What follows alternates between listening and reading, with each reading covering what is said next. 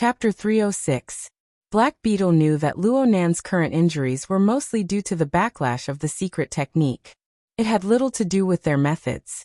But this didn't affect Black Beetle's good mood.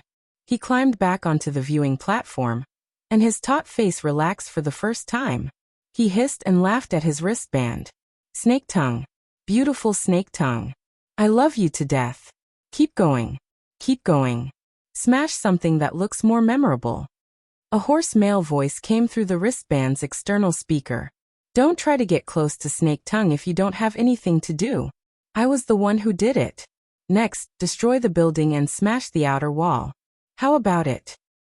Tank, I love you too. Black Beetle was overly excited. His mouth was extremely greasy, and he smacked Luo Nan with the side of his face. He didn't conceal his delight in the slightest. Oh, I'm sorry. I know this move is a bit childish, but it's effective. Especially when I look at your face. This is the expression I want. Luo Nan didn't say anything, but Shui Lei couldn't hold back from cursing. You lowly scum. If you have the guts, let's fight face to face. I'll smash your head flat with 3 punches. Black Beetle's sinister gaze swiveled over. He grinned, revealing his deep red tongue and white teeth. A deep darkness seeped through. That's quite unfortunate. I'm not interested right now. Right now, I just feel that it's a pity. Soon Black Beetle's gaze switched, and it pierced Luo Nan's face like a poisonous dart. It's a pity that the Hexa ear malfunctioned today. Otherwise, we could do a live broadcast and see Tank's ability to demolish houses. Oh, I forgot. The wristband works too. Cloud City Water Village's network is quite stable. Luo Nan let out a light breath. He reached out to press down on Shui Lei, who was about to explode. He leaned back against the protective glass and spoke hoarsely, "Stop messing around. What do you guys want to know?" Oh, you finally know how to respond. Black Beetle saw Luo Nan admit defeat. How could he not know that success was at hand? He felt a cool and refreshing air pour down from the top of his head. He felt refreshed to the core. But even so, his miserable experience on the 141st floor was like a volcano crater. It caused a disturbance in his heart. It wasn't enough. It wasn't enough. Black Beetle didn't make a sound. He just slowly smoothed out the tie in his hand and put it back on his neck. He flipped it left and right, gesturing it back and forth. During this time, the muffled sound of someone smashing the wall could be heard from the loudspeaker on the wristband. Even though Luo Nan was holding him down, Shui Lei was still hopping mad. You son of a bitch. You came here specifically to destroy people. Black Beetle laughed involuntarily. Don't be anxious. This is just the beginning. If I don't smash it for an hour or two, I won't be able to see any effect. Ugh.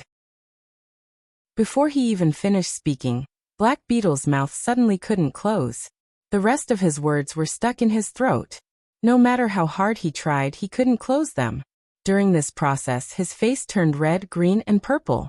It was as if an invisible hand of a demon had covered his mouth and nose, isolating him from the outside world. A feeling of suffocation engulfed his entire body. After that, he felt the pain of needles piercing into his brain. His vision went black and red again, and his nerves went haywire. His entire body was stiff and trembling. Luo Nan's voice was like a cool breeze that brushed past her ear. You actually didn't make a safety wire? How unfortunate. Black Beetle struggled in pain. His eyeballs were about to pop out of their sockets. He strove to mobilize his extraordinary power, but for some reason, the mental attack he suffered this time was 10 times more violent than last time. The aftermath of the attack didn't fade. He exerted force with great difficulty, but all he could do was touch his gaudy tie. He grabbed it with force, finding it hard to make any further movements. Puppeteer exploded with a shout from above Heavenly Ocean Lake. Mr. Luo Nan, everyone, don't act excessively. We can talk this out. Puppeteer saw Luo Nan turn his head to look at him just as he shouted. Puppeteer's blood-red eyes made contact with Luo Nan's heart go slightly cold. Luo Nan whispered. What do you mean by excessively? Me or him? Puppeteer adjusted his mood and forced a smile. There's no need for us to be so intense. This is just a routine investigation. Look, I haven't harmed a single hair on this beauty from beginning to end. I was just playing a joke. I was just trying to scare her, right? Then I smashed my mother's masterpiece. That's... Luonan lowered his head slightly. His body movements were full of exhaustion. It was as if he was organizing his words. Black Beetle doesn't have the attitude to communicate with me normally. Actually, even now, I don't know what you guys want to do. There's only fighting and killing, humiliation and damage. Puppeteer cursed in his mind. He cursed Luonan and he cursed Black Beetle. Black Beetle had seen the series of conflicts from start to finish. Luonan's claim that he didn't know was certainly nonsense. However, it was an indisputable fact that Black Beetle prioritized revenge over obtaining information. In fact, Puppeteer himself rather admired Black Beetle's behavior. On this point, the two of them had a common language. When all was said and done, they didn't take Luonan seriously in the beginning. They just wanted to deal with a half-crippled, half-grown child once they finished their defenses. Black Beetle's actions were excessively unbridled. Evil karma begets evil karma. In the end, Black Beetle had to swallow the karma. Puppeteer was stronger than Black Beetle in one aspect. He was more nimble. Puppeteer knew that he needed to change his methods. He discussed things with the people behind him, and he revealed a sunny smile. Mr. Luonan, we are both members of the society. I believe that we can carry out a calm and peaceful exchange. I've already told them to stop over at Gear. If the exchange goes smoothly, not only will they withdraw at first notice, but they will also send the best engineering team to restore all the damage done. They will also pay $1 million in compensation. Are you satisfied with this sincerity? Luonan didn't respond, but he didn't refuse. Puppeteer felt that the change in trajectory was a success. His smile grew more and more brilliant. Mr. Luonan, both sides are expressing sincerity. Look at Black Beetle. The corner of Luonan's lips twitched. Is he affecting our exchange? Puppeteer was a bit startled, but the smile on his face remained the same. No, he's not affected. Ho, ho.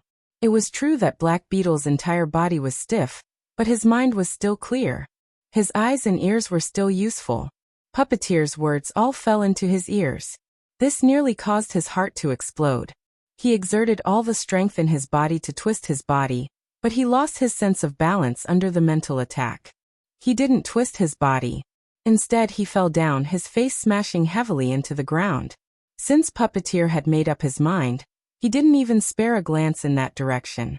He just muttered to himself, wondering if the safety wire in his hand was truly effective. Luonan spoke at this time. Speak. What do you guys want to know?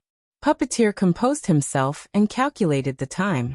He smiled and tossed out a series of words.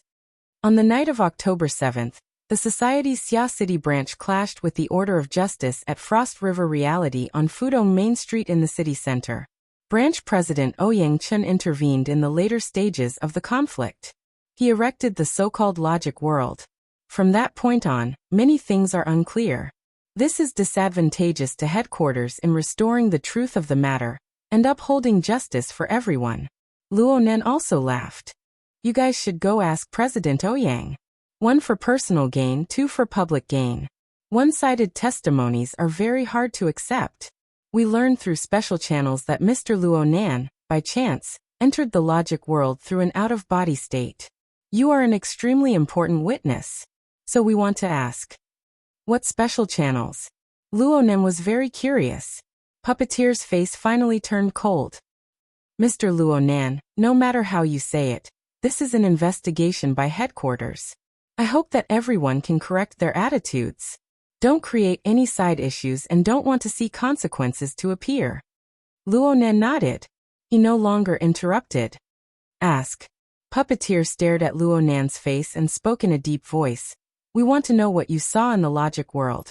Narrow down the scope a bit. What did Ouyang Chun do? What did An Wang of the Order of Justice do? Why did he do this? Then he disappeared without a trace. Where did he go? There are many things that I don't know. Tell us everything you know. This will take a long time. Mr. Luonan. Puppeteer took a deep breath. His fingers exerted more pressure on Tianxi's slender neck, using her painful struggle to express his mood. Since we all know that this will take a long time, Why not be a bit more nimble? Actually, Shui Lei was itching to give it a try at this time, but he was stopped once more. Luo Nan leaned against the protective glass and muttered to himself for a moment. He said, "If you want to know An Wang's actions back then, you must understand what the logic world created by President Ouyang is." Puppeteer raised his voice. "Mr. Luo, our time is precious." Before Puppeteer's voice could fall, an order came from behind. "Let him continue. This information is very valuable." Puppeteer's face twitched and he instantly switched to a smile. "So please be concise and comprehensive." Luo Nan ignored the change in Puppeteer's expression. He just minded his own business and spoke several seconds later. "If you view the mental plane as countless layers of fluttering cloth." Puppeteer cursed inwardly. F***ck. He had no choice but to interrupt Luo Nan once more. "The world recognizes that the mental plane is divided into 3 zones, 1 region, and 1 domain. Where did your countless layers come from?" Luo Nan did not speak. He raised his eyelids, and his blood-red eyes faced Puppeteer. Perhaps he could not see clearly, but he maintained this posture until Puppeteer felt that he was an incurable idiot. Puppeteer's eyelids twitched. "Mr. Luo?" Luo Nan had kept his eyes open for too long. His eyes burned with pain, so he simply closed his eyes and adjusted his breathing. 5 or 6 seconds passed before he said, "Through the formatting theory created by my grandfather, I observe the mental world. It's just like that. Do you need me to explain what formatting theory is?" The relationship between the self, society, and heaven and earth format should be relatively easy for ability users to understand. I remember that President Ouyang did some elaborations on self-logic and secular logic. You guys aren't so stubborn that you don't know anything about this, right? 4 or 5 new concepts popped up one after another, causing Puppeteer to be a bit dazed. Luckily, he quickly received instructions from the rear. He corrected the direction of the topic. "We can postpone the theory lesson. Right now you can directly describe it. First, what do you know about the logic world? Second, what is the result of An Wang being in the logic world? Then I won't use a curtain to describe it." Luo Nan raised his head slightly and adopted a posture of reminiscence. The logic world. Now that I think about it, it's probably a part of the heaven and earth format that was forcefully dismantled and pieced together into a temporary production line. In terms of composition, it is a part of the heaven and earth format. In terms of rules, the self format is the yardstick. The heaven and earth format is temporarily included in the scope of the self format, using a small gear to drive a large gear. The coupling structure here is truly exquisite. Format your sister. Gear your mother. Puppeteer felt that his ability to understand had been insulted. He wanted to immediately snap Tianxi's neck, but Luo Nan's voice drifted over just as this thought passed through his mind. Chapter 307. The mutant devil ray circled back and forth in the heavenly ocean lake. Its developed wing-like pectoral fins stirred up wave after wave in the lake. It looked a bit impatient, just like Puppeteer's current mood. The smile on his face was still there, but most of his muscles were stiff. At this time, a low and cold voice entered his ears from behind, but he did not know where it came from. Could it be that you really hope to dig out something right now and obtain a great merit? There really is a problem with your comprehension ability. Puppeteer's face turned hot, and he wanted to curse in his heart. But just as he thought this, the voice from behind seemed to see through his internal organs. Instead of cursing silently, it's better to think of a way to continue attracting the opponent's attention. Move your mouth. Puppeteer secretly clenched his teeth, but he had just been reprimanded. There was still support behind it, so his heart was able to twist a bit. He slightly moved the muscles on his face, and did his best to reply calmly. "Mr. Luo Nan can continue." As he spoke, Puppeteer confirmed the time once more. He also confirmed that the recording was on. He made up his mind. No matter what Luo Nan said, he would just let Luo Nan speak. He would just ignore it and go back to analyze it in detail. Formatting theory, right? What grandfather and grandmother? When I get back, I'll make you reveal the color of your entire family's underwear. Luo Nan seemed to truly believe Puppeteer's words. His eyes remained closed, and he spoke expressionlessly. Then I'll continue speaking. I just finished talking about the logic world. Next, I can describe An Wang's situation. Finish my ass. Puppeteer's gaze looked down behind the enormous diving goggles. He did his utmost to filter out all information related to Luo Nan. But even so, Luo Nan's voice still penetrated through. It was simply like the whispers of a devil, stirring up Puppeteer's emotions layer by layer. I'm not clear on what An Wang is doing. I can only say what I observe and understand. You must know that the levels of the heaven and earth format are extremely rich. The interference between the material plane and the mental plane can form countless kinds of order frames. Oh, you definitely don't understand this part. Fuck. The devil ray echoed Puppeteer's emotions. Within the heavenly ocean lake, the devil ray forcefully flapped its pectoral fins and wings once more, creating a rumbling explosion. Water sprayed everywhere, drenching most of Tianxi's skirt and stockings. However, she was already completely unresponsive. Puppeteer wanted to kill. Right now, he was incomparably convinced that Luo Nan had done this on purpose. That kid had seized on the fact that Luo Nan didn't understand, to torment and ridicule him back and forth. Alright, did Luo Nan really think that Luo Nan was a Buddha who wouldn't get angry or angry? Luo Nan stopped talking, but he didn't even open his eyes. He calmly waited for the noise created by the devil ray to pass. You want to blow the fuse? Maybe the kid was waiting for you to do that. At that time, my useless protection spell won't be able to protect you. Luo Nan didn't open his mouth, but the rear darkly warned Puppeteer. In the end, Puppeteer concluded with an ice-cold order.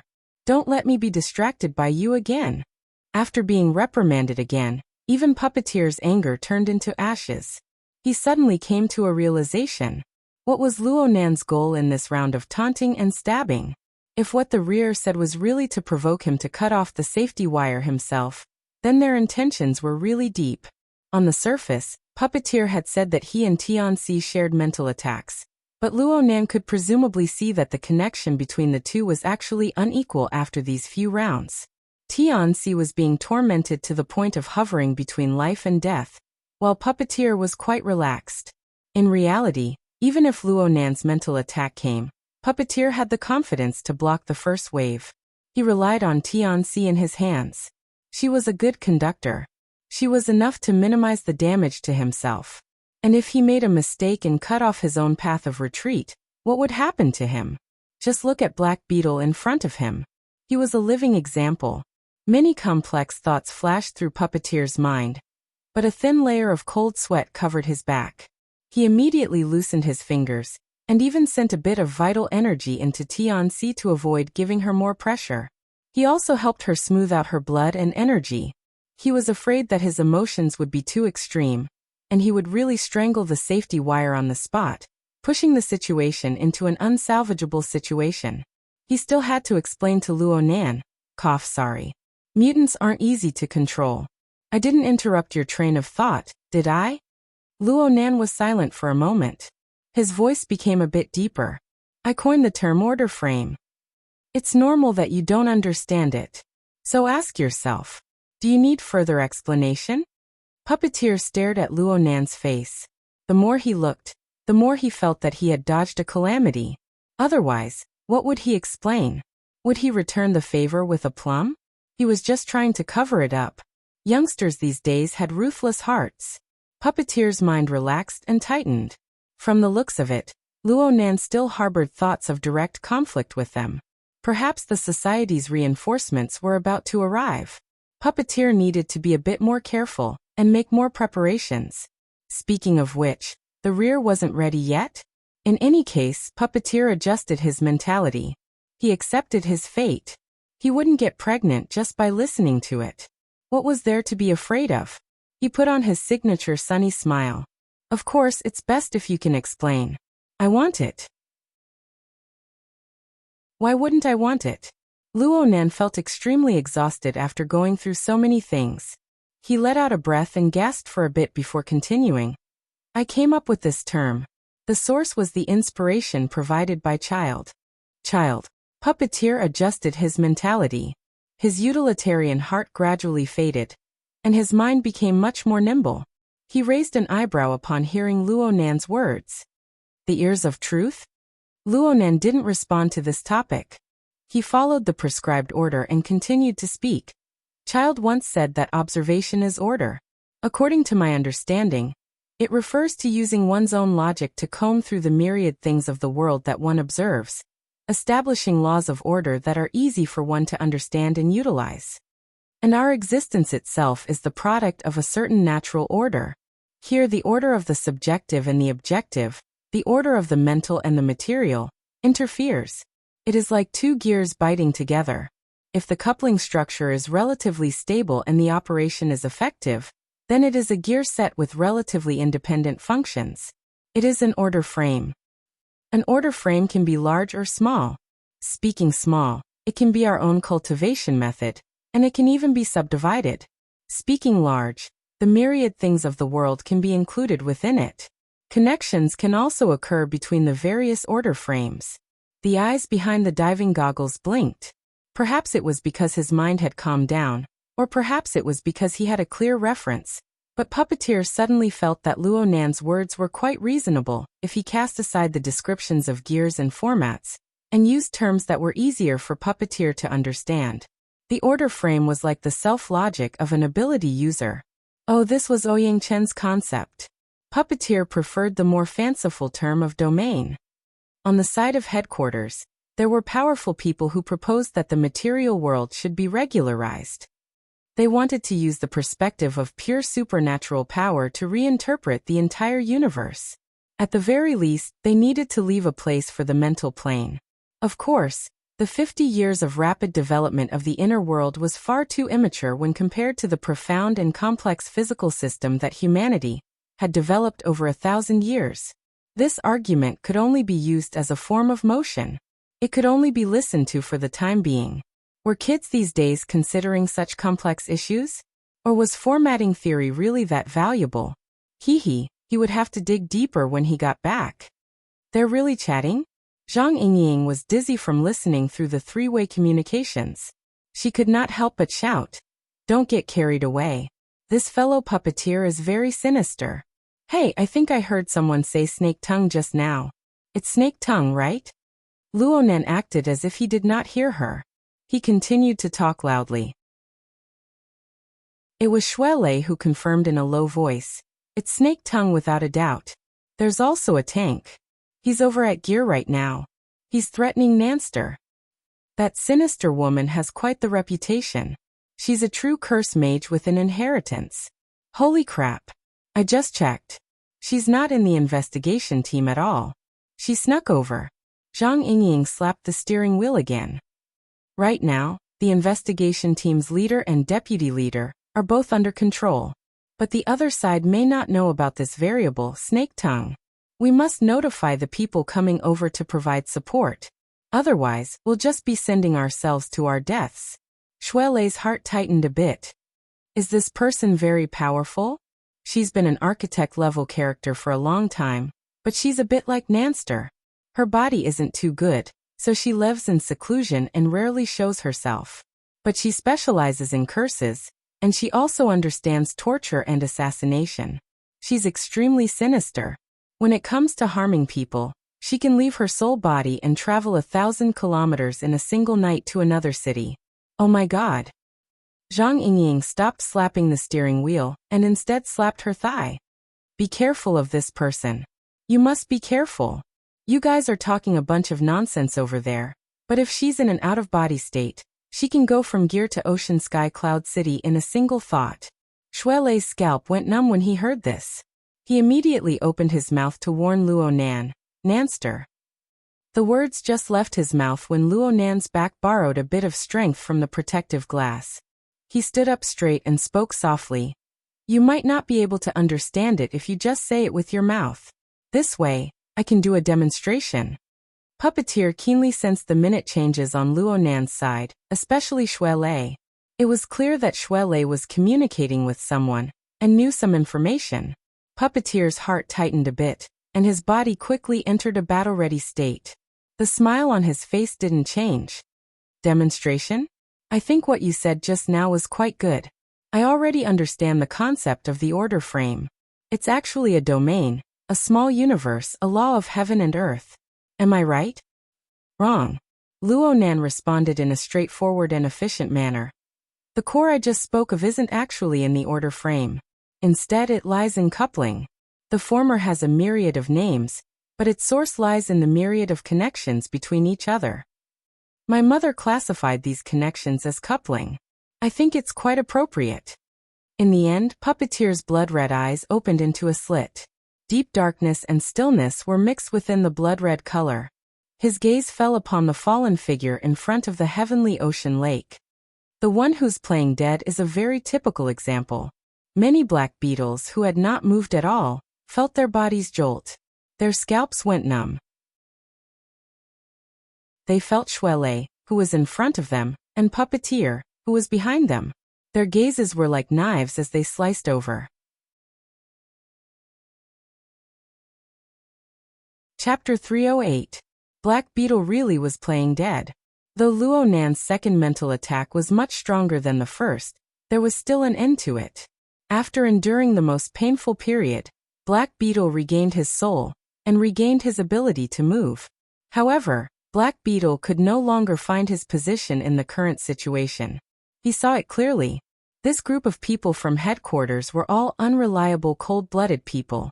After he made a move against Luo Nan, he severed his friendship with the Xia City branch. He did a pirate-style jump and finally smashed into the sea. Right now, Black Beetle hated Luo Nan to the core. He hated Puppeteer to the core, and his teeth itched. Presumably, both sides felt the same way about him. Black Beetle didn't know how to deal with this awkward situation. He could only lie on the ground and play dead. He thought about how to adapt to the situation. It would be best if the sandpiper and the clam could fight and the fisherman could profit from it. But if not, he would retreat unscathed. Who would have thought that Luo Nan would talk about those inexplicable concepts right when the two sides were about to completely forget about him? Then Luo Nan picked him up in passing. What happened next? The demonstration caused a chill to run down Black Beetle's back. Luo Nan didn't have any good intentions. Should Black Beetle continue to play dead? Or should he rise up in revolt? Black Beetle was so conflicted that he wanted to hit the ground. Luo Nan didn't care about Black Beetle's reaction at all. His voice didn't even pause. From what I can see, Black Beetle's gear set, order frame, has a total of 4 gears inside and out. In the middle is a large gear formed from the structure of body and soul. Practically all power must circulate through it. Every ability user must possess such a central hub. This was relatively simple, and Puppeteer had no trouble understanding it. However, Puppeteer's attention was a bit off. His ice-cold gaze swept back and forth over Black Beetle's motionless body. Needless to say, Puppeteer believed 80% of Black Beetle's story of Luo Nan playing dead. Puppeteer had let Black Beetle down earlier, but since he had offended Black Beetle, there was no point in thinking too much about it. Puppeteer was more concerned about how to deal with this variable. Black Beetle has an outer gear aside from the central gear. That is, the 27 beetles scattered on the viewing platform and the 6 beetles in his necktie. The precise number Luo Nan spoke drew Puppeteer's attention back. Luo Nan gave a rough sense. The numbers scattered on the platform should be about the same. However, that gaudy necktie was Black Beetle's core tool. It was always hidden tightly. How did Luo Nan confirm it? After hesitating for a moment, Puppeteer decided not to take it seriously. Luo Nan continued to speak. The 33 beetles appear to be scattered, but they are actually intimately connected through the activation of soul strength. They can form another gear structure at any time. This method should be more flexible, and it wouldn't matter if he threw a few of them. However, the material was relatively brittle, and if he really used it, it would probably only have enough power for one attack. Also, his necktie looks pretty good. It should be polished with gears often. What I mean is that he often uses interference force to communicate with his chi. It can be used as a medium for activation, and it's not that fragile, so it should be more practical. It's insect explosion and poison sting. The former is a corrosive poisonous mist, while the latter is a killing move of the flexible sword style. They are Black Beetle's 2 secret skills. Zhang Yingying's voice passed through the wristband to supplement Luo Nan's words. It allowed the stupefied Shuelei to hear it a bit more clearly. At the same time, Shuelei could tell that Zhang Yingying's voice was a bit shaky at the end. What the hell? What the hell? Black Beetle was unable to hear Puppeteer's thoughts. He was also unable to hear Zhang Yingying's explanation, but he didn't need to. Even though he was unfamiliar with descriptions like gear and order frame, what Luo Nan said was something that had fused into his blood. It was the foundation of his foothold in this world. Now that Luo Nan had pointed them out one by one, it would be strange if he felt comfortable. Black Beetle was instinctively unwilling to believe it. No, this isn't logical. Oh, think about it. My information is confidential, but the society is a place with openings on all sides. Zhang Yingying and that mechanical woman know my ins and outs. This little bastard probably knew the result long ago.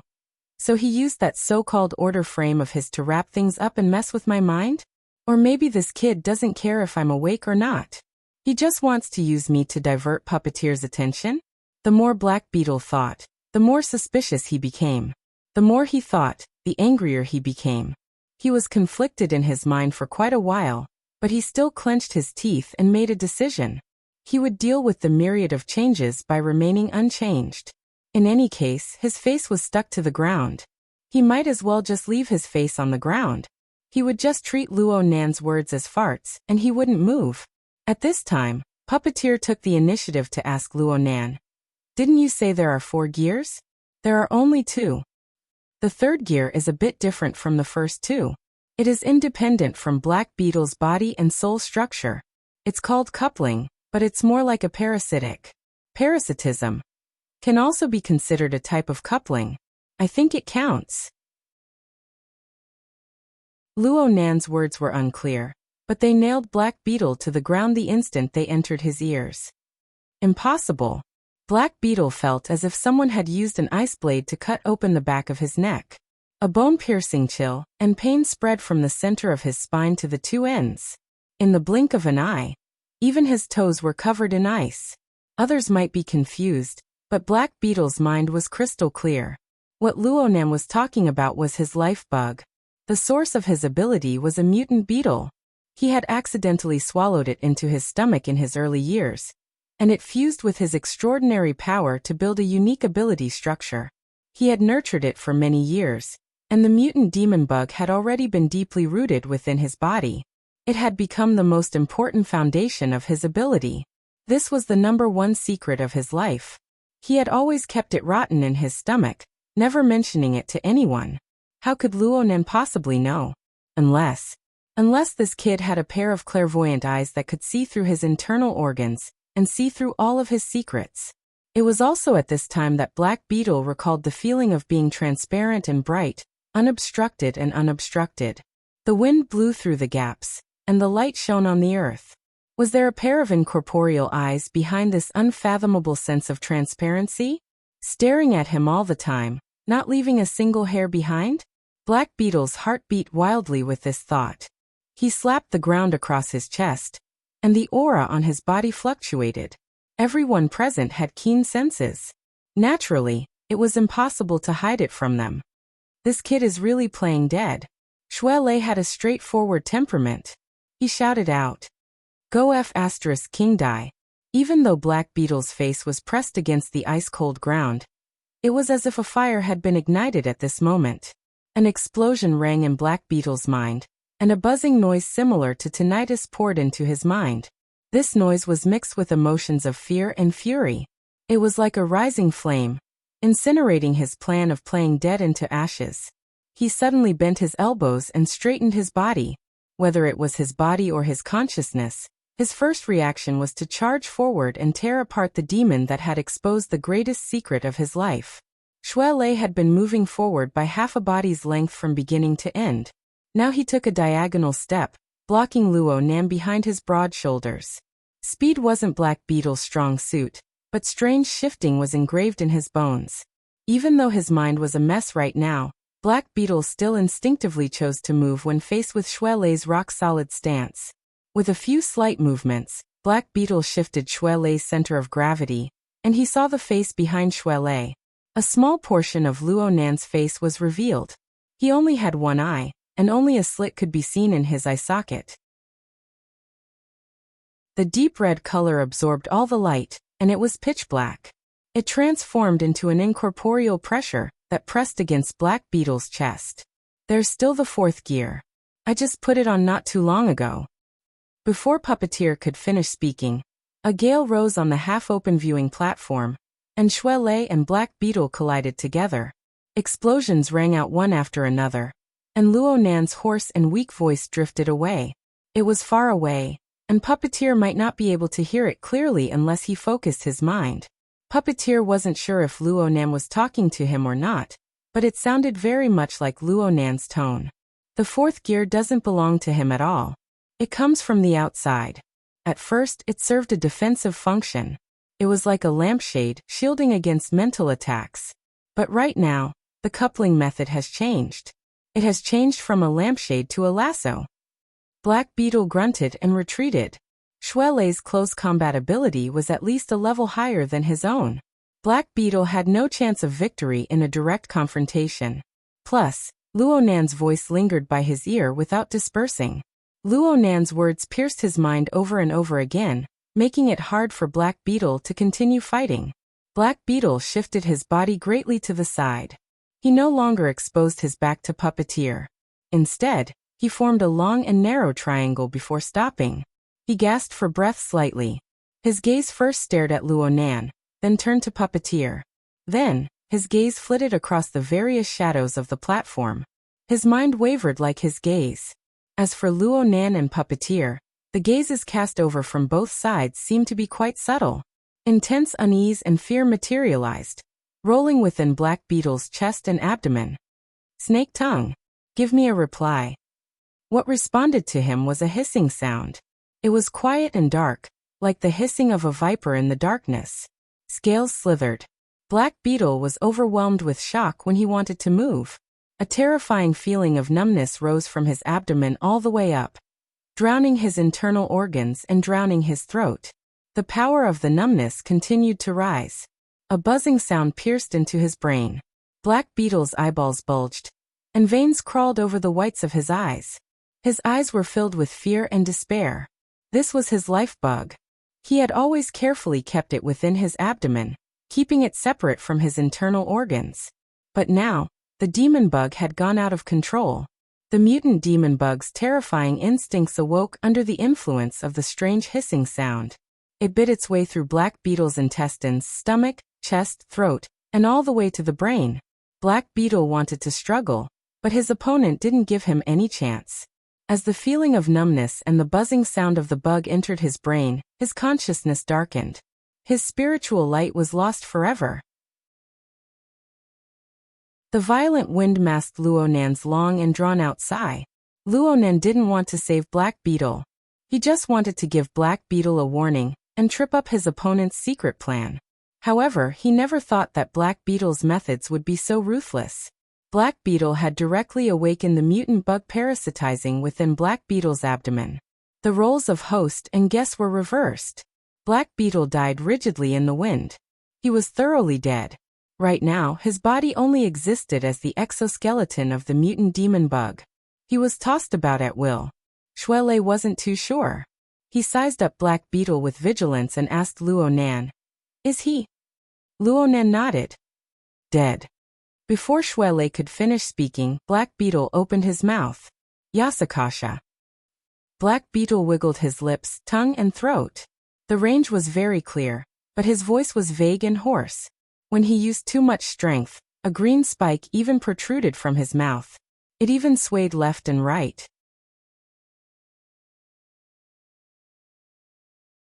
Chapter 309. No matter how fast I rushed, I was still half an hour late. I was enlightened in anger to change the title. This is a contradiction between the details of the outline. Everyone, please don't mind. Shuelei was extraordinarily courageous and insightful when he saw the situation that went against normal aesthetics. His human instincts made his scalp go numb. He couldn't help but shiver. What kind of monster is this? Luo Nan didn't answer. On the other hand, Black Beetle turned his body a bit to face the two. He continued to speak from his throat. Pashasha. What Akka means is sorry. Black Beetle enunciated these words perfectly. If one were to close one's eyes, one wouldn't be able to tell the difference between before and after. Even if one were to open one's eyes, it would still be the same person, as long as one could ignore the uncomfortable details. Right now, Black Beetle's behavior was one of incomprehensible restraint and politeness. His hands were a bit stiff as they protected his lower abdomen. They were slightly crossed, and his head was slightly lowered. He really did look like he was apologizing. Acting ahead of time has caused many links to be missed. The transformation still requires a process. Please forgive me. If it wasn't for the unnatural twitching of this fellow's facial muscles, if it wasn't for the fact that insect-like limbs would pop out from his mouth, nose, and even ears from time to time, Black Beetle's current behavior was simply like that of a well-trained etiquette officer. Comparing the front and back, comparing the inside and the outside, gave off a strange ghastly feeling that made one's heart go cold. Combined with Zhang Yingying's previous warning, Shui Lei reacted to what was going on. He adjusted his position once more, shielding Luo Nan behind his broad shoulders. He faced the thing that was neither man nor insect directly and growled. Snake tongue. Before the transformation is complete, I really do need to deal with the two of you. However, personally speaking, I hope to engage in a few beneficial exchanges with Lord Luo during this short period of time. The one before him was Black Beetle on the outside, a mutated demon insect on the inside, and a bizarre existence whose will belong to Snake Tongue. It spoke in a seemingly courteous and frank manner. At the same time, its stiff body leaned forward slightly. It was as if it had adapted to the pronunciation. It quickly became smooth and made a deep bow. It had an extremely respectful appearance. Lord Luo's theory is very enlightening. It has broken through a barrier that has perplexed me for many years. I have learned much. Shui Lei stood between the two. For a moment he felt that he was quite unnecessary. This was indeed the case. Snake Tongue borrowed Black Beetle's mouth to speak and move. It was just a formality. Her telepathic thoughts treated Shui Lei as nothing. She only stared at Luo Nan. I believe that Lord Luo should have his own set of gears as well, one that is also carrying out a wondrous coupling effect to see through the laws of life. But it doesn't work very well, does it? As he spoke, Black Beetle's face twitched in a way that didn't match his tone at all. A split second later, his two eyeballs silently shattered. Blood splashed out, and the dark green chelicerae protruded from his eye sockets before retracting. Amidst this scene that made one's eyelids jump crazily, Black Beetle's face revealed a smile. The gaps between his pitch-black teeth were filled with an inhuman aura of death. Gears are extraordinary, but the human body is frail. The more complex and mysterious the coupling, the greater the pressure. How much longer can Lord Luo hold on? Luo Nan stood behind Shui Lei. He felt a bit uncomfortable on his face. The blood flowing from his eyes was about to dry up. He used the cuffs of his white coat to wipe his face twice. This small action affected the nerves on his face, bringing him a stinging pain. It was as if a small knife was scraping against his face. He exhaled, doing his best to maintain a calm expression on his face. He spoke softly. Is it because of this that you simply killed Black Beetle to reduce the complexity of the coupling and make it easier to control? Lord Luo's words are more apparent once the meaning is clear. Snake Tongue responded through Black Beetle's body, which was riddled with holes. Right now, she had already caught up to Luo Nan's logic of thought.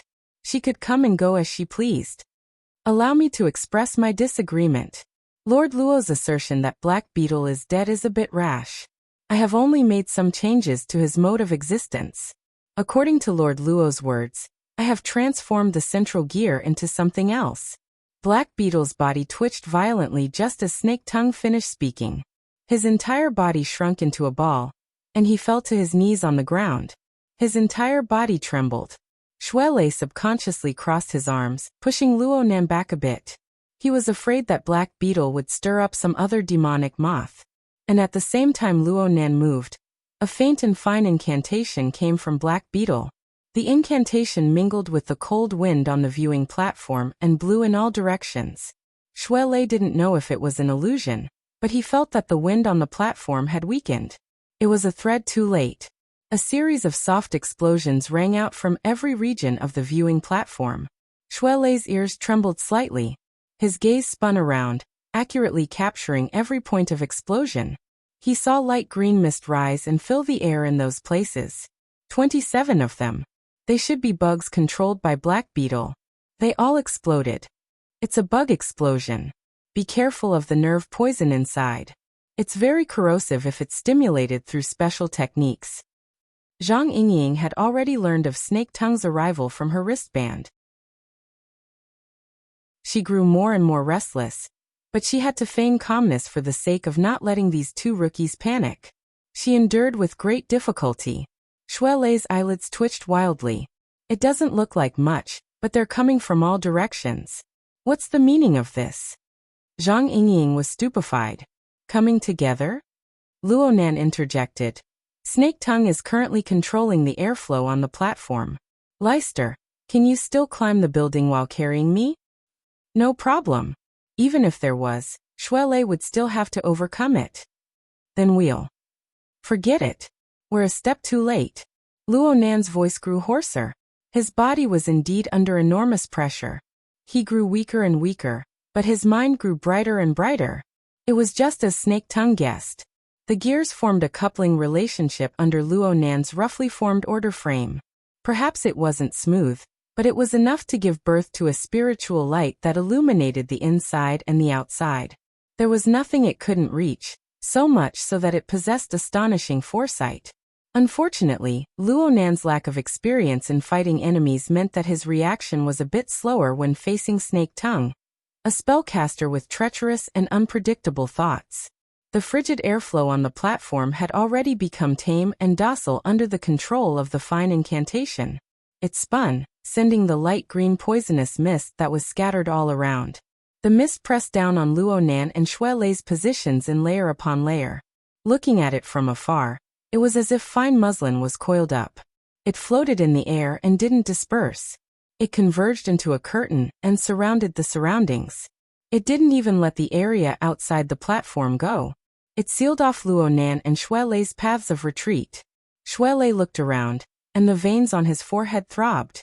He had the mind to use the wind from his fists to break apart this layer of poisonous mist curtain, but he thought about Snake Tongue's marvelous wind control spell technique. He was afraid to shoot at the rat for fear of breaking the vases. He might not be afraid of this poisonous mist with his mastery of the talisman realm, but what about Luonan? It was impossible for Luonan's body to withstand this torment with his bones. Snake Tongue's move was played down, but it poked at their weak spot. What should they do now? Wait for the poison to evaporate? Don't look at this half-open platform. Snake Tongue's wind control technique made this place no different from a completely sealed room to them. This wasn't the end. Shuelei's eyelids twitched again. He saw Black Beetle, who had just fallen to the ground twitching, slowly crawl up from the ground. Black Beetle's body was still a bit shaky, and his two eyes, which had already turned into bloody cavities, endlessly gushed out blood. His face was pierced by a few sharp insect limbs, but he still revealed a polite smile. The transformation is complete. I've made a fool of myself in front of Lord Luo. The masked smile on Black Beetle's face shattered with a bang before he finished speaking. What replaced it was hatred and insanity that warped to the extreme. The two bloody cavities on his face turned toward Luonan's direction. He gnashed his teeth and said, "You little bastard who hides under a woman's skirt. Go die." The sudden change in style made Shuelei's scalp explode. His eyes went blurry, and Black Beetle roared as he charged over. He directly charged through the light green poison screen, and punched out head-on. The relatively stable poison screen was smashed into a chaotic whirlpool, and Shuelei's nose was filled with a fishy smell. Shuelei thought of Luonan behind him and flew into a sudden rage. His majestic body actually swelled a size in midair amidst his fierce shout. His body was like a giant, and his heavy fists smashed down. An explosive bang rang out, and Black Beetle flew back at a speed even faster than when he charged. The bones of his right arm had been forcefully smashed into 3 pieces by Shuelei, and they were pressed down by the heavy fist. They twisted and collapsed back into his forehead, causing his skull to cave in. But the instant Black Beetle was blasted back, Black Beetle's left hand secretly tore off his tie. He took advantage of the situation and swung it across Shui Lei's chest noiselessly. It was as if Black Beetle's clothes had been cut by a sharp blade. They split open in an instant, and a white mark appeared on Black Beetle's chest. The mark quickly turned red and congealed with blood. It was on the verge of breaking, and it even penetrated with a hint of darkness. Shui Lei gritted his teeth without making a sound. He just stared unwaveringly at Black Beetle. Under normal circumstances, Black Beetle's brain would have burst open in exchange for Shui Lei's attack. Shui Lei would have won long ago. But the fellow in front of him had a warped face and cracked skull. What came out wasn't brain. Instead, it was half the body of an ugly demon insect. Black Beetle even grinned and laughed. Oh, the feeling of ventilation isn't bad. Why didn't I discover this before? Shui Lei's mind went cold. He actually didn't know if Black Beetle was standing on the side of him, or the demon insect.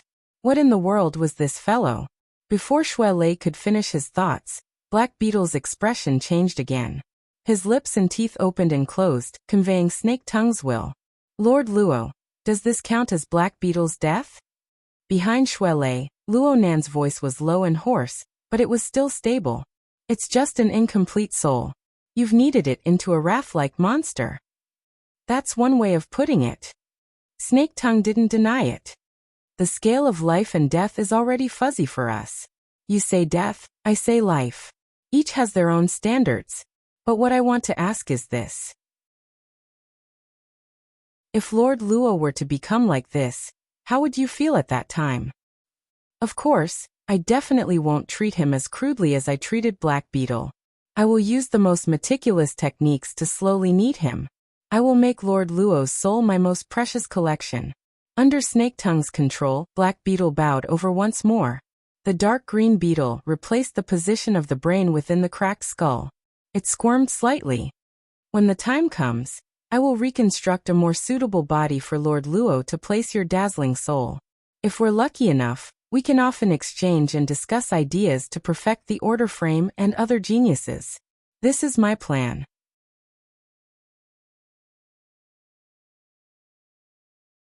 Chapter 310. Luo Nan didn't respond to Snake Tongue's polite and respectful attitude through Black Beetle. He leaned against the protective glass. His eyelids drooped, and his breathing was rapid. He gave people the feeling that he was growing weaker. The four sides of the poison veil were truly fatal to a person with a terrible constitution like him. If he spoke a few more words under these circumstances, Snake Tongue wouldn't even need to increase her strength. He would collapse on his own. Lord Luo. Snake Tongue still used a civilized and polite greeting. Aside from the irreparable flaw in her host's appearance, there was nothing to nitpick about. Shui Lei couldn't stand this hypocrisy. He opened his mouth to ridicule. No wonder your nickname has the word tongue in it. You really talk a lot of nonsense. I'm truly sorry. I really can't think of anything else to do aside from talking. Snake Tongue urged Black Beetle forward 2 steps. This made Shui Lei feel as if he was facing a great enemy. Black Beetle really wasn't much right now, but if the surrounding poison veil rolled a few more times, Luo Nan would most likely collapse. And this was the reason why Snake Tongue was neither fast nor slow. Shui Lei gritted his teeth. Snake Tongue continued to speak. I could have ended this situation much faster. But I'm ashamed that my cultivation isn't up to par. I can't guarantee that your wisdom and aura will be preserved completely. What kind of information you can leave behind will mostly depend on luck. This will have an extremely high chance of erasing Lord Luo's charismatic theory. It would be too much of a pity. Snake Tongue. Puppeteer couldn't stand it any longer above Heavenly Ocean Lake. He looked at his watch once more to confirm the time. Even if the Xia City Police and Cloud City Water Village's security department were all trash, they would certainly have reacted by now. What's more, the Xia City branch was behind them. Now that they had finally gained the upper hand, they had to hurry up and put Luo Nan down and snatch him into their hands. Do your own thing well. Snake Tongue's voice directly rang in his ear. It was a warning that was neither light nor heavy. And at this time Luo Nan, who had been silent all this time, spoke. You guys were asking about En Wang. Isn't that off topic? Idiot, you're still in the mood to chat? Shut up. Hold your breath. Zhang Yingying was already driving at high speed in the metropolis. Her driving points for this year had already been deducted completely, and she still had to spend most of her effort. She was worried about this troublesome thing, and she really wanted to pull the steering wheel off. Nanster, listen to sistering. Don't talk. Shuelei also wanted to stop Luonan from talking, but Luonan patted him on the shoulder to comfort him. Black Beetle continued to act as a mouthpiece, helping Snake Tongue and Luonan realize the conversation. From my standpoint, An Wang's whereabouts and the like can't move me as much as Lord Luo's theory. Thank you very much. Luonan continued to speak in a weak voice. So what you're saying is that we'll continue to discuss this topic until I'm knocked out by the poisonous mist? Or until you finish constructing your fortifications? There was suddenly no sound on the viewing platform. Fortifications? Regardless of whether it was Shuelei, Zhang Yingying, or even Puppeteer, who was on the other side, they once again encountered a barrier to understanding. They were stunned for a time. Snake Tongue probably felt the same way. Only after 5 whole seconds had passed did she speak through Black Beetle, but her tone was much heavier than before.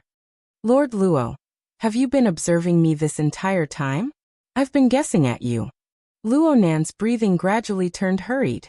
The minute amounts of poison that had seeped into his body were affecting him more and more clearly, but he still spoke. I was thinking that, with your abilities, if you had acted together with Black Beetle and the others and caught me by surprise, I probably wouldn't have been able to hold on until now. But you didn't come. You just made a lampshade.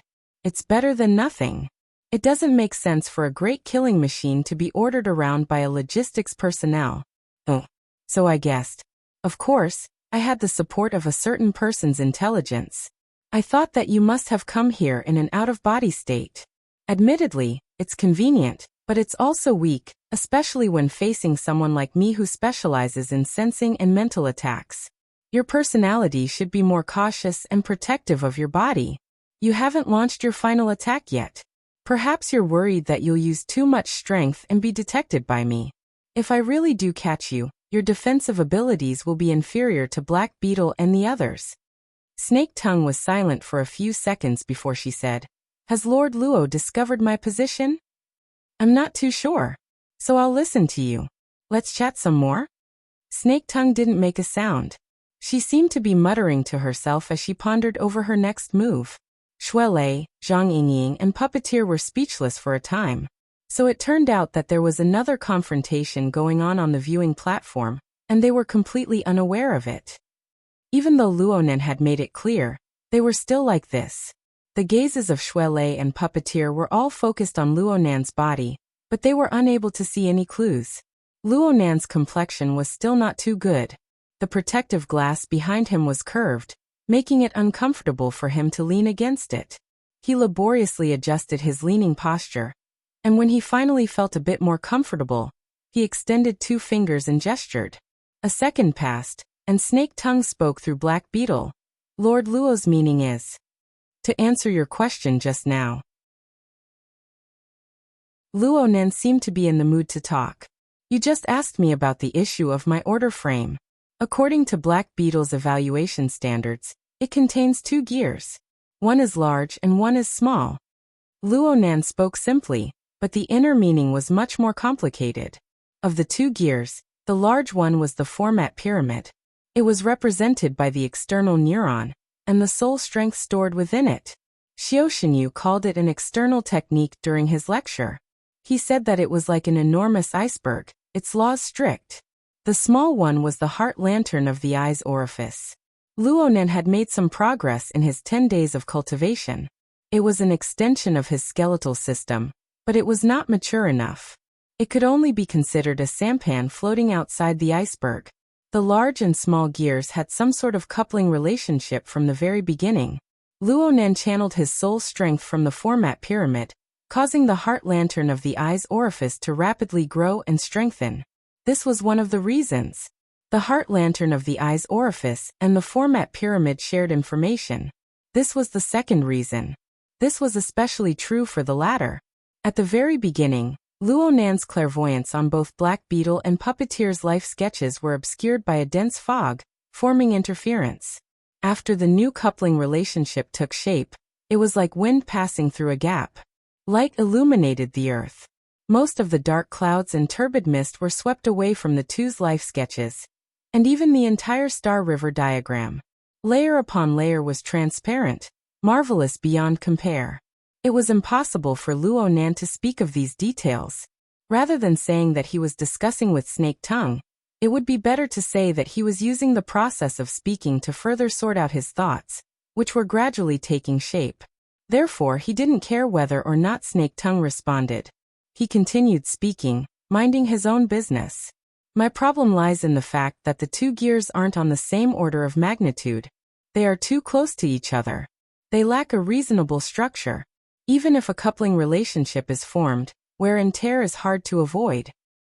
He turned his face in the direction of the heavenly ocean lake and laughed. He had clearly exposed his shortcomings, but this rare expression made Puppeteer's heart tremble with fear. A special structure is necessary to form a linkage between gears of enormous difference in mass. An intermediate link is necessary. It's like the Devil Ray. It's rampaging through the crystal pillar, killing countless people. Getting close to it is a dead end. But as long as it's a bit further away, many small fish and shrimps can rely on the food scraps left behind by the Devil Ray to live quite comfortably. Puppeteer subconsciously looked down at his feet. He only came to a realization when he was halfway there. This topic had gone way too far. Even Snake Tongue was a bit unable to keep up with Luo Nan's rhythm. In the end, she could only let out an unclear sigh. Lord Luo, when you use your unique way of thinking, it truly makes one revere you. However, we are still mortals in essence. It's not a good thing to be too far away from the mortal plane. Black Beetle suddenly took a step forward as he spoke. Shuele didn't know how far the situation had developed, but his duty to protect Luo Nan would not change. He immediately bowed slightly, entering a fighting state. Luo Nan paused the communication that only he understood. His bloodshot eyes pointed at Black Beetle's ugly and deformed face, but in the end he just swept a glance over it. Then he lowered his eyelids. Didn't you want to discuss? I'm very worried about Lord Luo's current situation. Snake Tongue's concern was just like Black Beetle's face. All that was left was a shriveled and empty shell. As she spoke, the light green poison screen silently closed up toward the center. The range was very small, and it was extremely cautious. Black Beetle also pushed forward. His speed wasn't fast, but his center of gravity shifted erratically at any time. It was 70 to 80% of Black Beetle's peak state. Shuele had to pay attention to the poison screen and smoke, and he also had to lock onto Black Beetle. He also had to worry about Luo Nan's state. His mind was divided. It was truly exhausting. Shuele heard the clear sound of Luo Nan's breathing behind him at this time. He was startled. He turned his head to look, ignoring Black Beetle's movements in front of him. Black Beetle seemed to be stunned as well. He actually didn't take the opportunity to launch an attack. Luo Nan didn't care about what the others were thinking. He took a deep breath and slowly exhaled. He didn't avoid the toxic environment surrounded by the poison screen and smoke at all. He subconsciously moved his lower jaw during this process, waving away the numbness on his face. The main component of Black Beetle's bug explosion poison should be a polypeptide neurotoxin. The possibility of it being ISTX-3 is a bit higher. It is transmitted through the bloodstream and acts directly on ion channels. It possesses an extremely powerful paralyzing effect. However, Black Beetle has done a great deal of modulation in order to increase the efficiency of the effect. This has increased the possibility of respiratory tract infection, but it has also reduced the toxicity. Luo Nan didn't even raise his eyes when he spoke to this point. He laughed. Does this count as being on the secular level? Ms. Snake Tongue, we agreed to discuss this. It's not good for you to leave midway. Snake Tongue found it hard to conceal her astonishment. Lord Luo has done research on neurotoxins. I've taken a lot of medicine. I can resist it a bit. That being said, Luo Nan would have been in big trouble today if he didn't have the foundation of the container format and the opening of the eye's orifice to stimulate the functions of the human body as a foundation. He definitely wouldn't be like he was right now, breathing out poisonous gas, scaring people, and playing around. Luo Nan leaned against the protective glass and switched to a more comfortable position. He wouldn't tell Snake Tongue that half of his body was covered in numbness. He would tumble if he took a single step. However, his nervous system was in an abnormal excited state due to the stimulation of the neurotoxin. This was what he needed the most right now.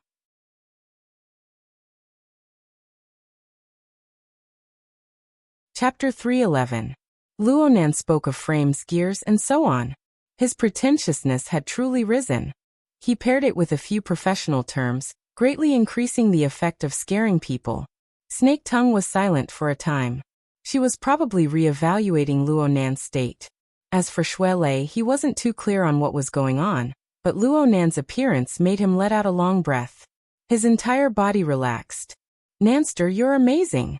Most of Xue Lei's thoughts were on Luo Nan when he was surrounded by the poisonous mist. The feeling of apprehension and fear was truly unpleasant. It was difficult for him to display his abilities to the fullest. Most of his worries were gone now, and the pressure on his mind was lifted. The energy of his entire body became much smoother. Luo Nan gave Xue Lei a thumbs up. He had no intention of telling him the truth. The feeling of losing control of half his body was unpleasant, but it was worth it if he could free up Xue Lei's immediate combat strength. However, Xue Lei was still afraid. He was worried that his opponent would use some sinister trick, so he whispered, "Nanster, I'll take you down now." "No, will attack." Luo Nan's voice was even deeper, but his will was unwavering. The veins on his forehead pulsed slightly. The heart lantern of the eye's orifice coupled with the pyramid to form the glimmering breeze. It brushed across the viewing platform and most of the skyscraper. It illuminated every corner, including the life sketches of every living being. The enormous amount of information was not easy to process. Luo Nan could only roughly differentiate based on the distance and the degree of danger. The information piled up, and one response plan after another took shape, alternating back and forth. Luo Nan didn't lack ideas. What he lacked was judgment built from abundant experience. At this time, the principles created by the experiences of his predecessors became the first basis for his judgment. Therefore, Professor Cragburst's principles of mentality were still the basis for Luo Nan's actions. His self-belief and plans were all built on the unshakable advantage of winning, which also created a will that was as hard as steel at this moment. We don't have the time to continue tangling with Snake Tongue. Right now, we need to get rid of Black Beetle. Without this starting point, Snake Tongue can only act in the mental domain. When that happens, victory will be ours. Xue Lei's gaze cut across Black Beetle. He felt that the distance was suitable. He could advance or retreat, but there would be some variables once the battle began. In this moment of hesitation, his opponent made the first move.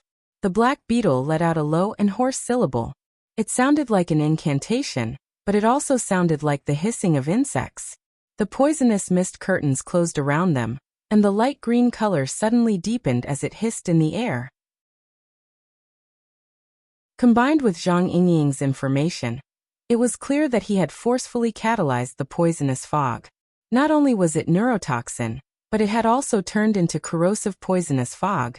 Presumably, Snake Tongue felt that the nerve poison wasn't effective enough, so she switched to a corrosive one and tried again. Luo Nan wasn't surprised when he saw this scene. His previous words weren't concealed at all. It was tantamount to forcing Snake Tongue to make a move. He sped up his speech and told Xue Lei, "I remember you saying that you've just mastered the Hidden Thunder?" Ha! Luo Nan didn't wait for Xue Lei to respond. He flipped through the pages of the notebook in his hand, and the last paper man appeared. What was different from its companions was that while it was in midair, its paper body ignited with flames, pouncing into the poison screen that was about to close. Special materials and special techniques formed a special flame. The quality was quite extraordinary, but this was an extremely crude response. The corrosive poisonous fog exploded and ignited upon contact with the fire. Large amounts of sparks sputtered out, and the toxicity violently evaporated. For a time, Xue Lei's eyes and nose were filled with the smell of fire. His scalp felt like it was going to explode, and he finally understood Luo Nan's intentions. He gritted his teeth and let out a deep roar. The energy around his body was restrained, and then it erupted explosively. The martial arts suit on his body rattled, and streams of air rolled chaotically, scattering the oncoming flames. This move could prevent fire, but it could not prevent poison. The poison was instantly activated, and it was several times more intense than before. Even Shui Lei felt his limbs go numb. Fortunately, his body was illuminated by the bright glyph. Soon, these negative feelings were completely suppressed and cleanly swept away. Shui Lei was most worried about Luo Nan. Right when he was about to turn around, someone pushed him on the back. "Make it quick." The push wasn't strong, but it was direct and efficient. It wiped away all distracting thoughts from Shui Lei's mind. Shui Lei growled. He relied on his powerful body to forcefully break through the area of sparks and smoke, charging upward. Luo Nan's body subconsciously wanted to slide down as he watched Shui Lei's figure pounce forward. His already chaotic vision became even more blurry. But soon, the format pyramid and the heart lantern of the eye's orifice coupled to form the glimmering breeze. It blew through his orifices and illuminated his body. Everywhere it passed, the feeling of numbness was greatly alleviated. Strands of heat evaporated, giving him a bit more strength. In the end, he was able to steadily lean against the protective glass. He didn't reveal any fear. Deep within the mental plane, there was a strange shadow hiding behind layers of defense. It was impossible to detect any flaws. Shui Lei's charge was a move that reversed the situation. Black Beetle had pressed forward to a certain distance, but Shui Lei suddenly pounced forward. His powerful explosive strength made him seem like a fierce tiger crossing a ravine. He screamed as he arrived, and the stellar energy around his body directly tore apart the remaining smoke and poison screen midway. Black Beetle's control over the poison mist was completely broken, but his footwork was still erratic. He made timely missteps, allowing Shui Lei to charge at him head-on. Shui Lei's gaze was fierce. His tall and sturdy body instantly made a half-turn like flowing water. His shoulder struck and his elbow struck, drawing out a torrential storm of close-quarters combat. His small range of shifting changes was actually not much inferior to Black Beetle's. Black Beetle's reaction was still inferior to his normal state. He dodged the shoulder strike, but he couldn't dodge the elbow strike. His body suddenly stiffened. Shui Lei seized the opportunity. A low roar burst forth from his throat. Full of energy, he punched out, followed by another. Black Beetle's shoulder, neck, and face suffered heavy blows. At first, there was no sound, but after 3 punches, there was suddenly the sound of thunder. The blows penetrated his skin and flesh, penetrating his brain. The latent energy exploded, and Black Beetle's ugly and deformed head swelled up and then exploded. Within the shattered skull, the beetle's body suddenly shriveled as if it was about to explode. In reality, it had used this to avoid most of the pressure from the punches. It forcefully shrunk downwards, following the broken blood vessels in Black Beetle's broken body. This scene was demonic and terrifying. However, Shui Lei, who had entered battle mode, turned a blind eye to it. He only followed the flow of energy and hammered down with another punch. The sound of thunder rang out once more. The shoulder, neck, and chest of Black Beetle's broken body were severely deformed and caved in. It was no longer humanoid. Any normal person in such a state would have died 100%. However, Shui Lei still didn't feel too good. His gaze locked onto Black Beetle's broken body, and he hammered down again. But at this time, Luo Nan's telepathic thoughts directly entered his mind. Retreat. Shui Lei didn't even think when he was stimulated. He withdrew his fist force and his figure flashed back. Black Beetle's severely caved-in chest suddenly swelled at nearly the same beat as Shui Lei.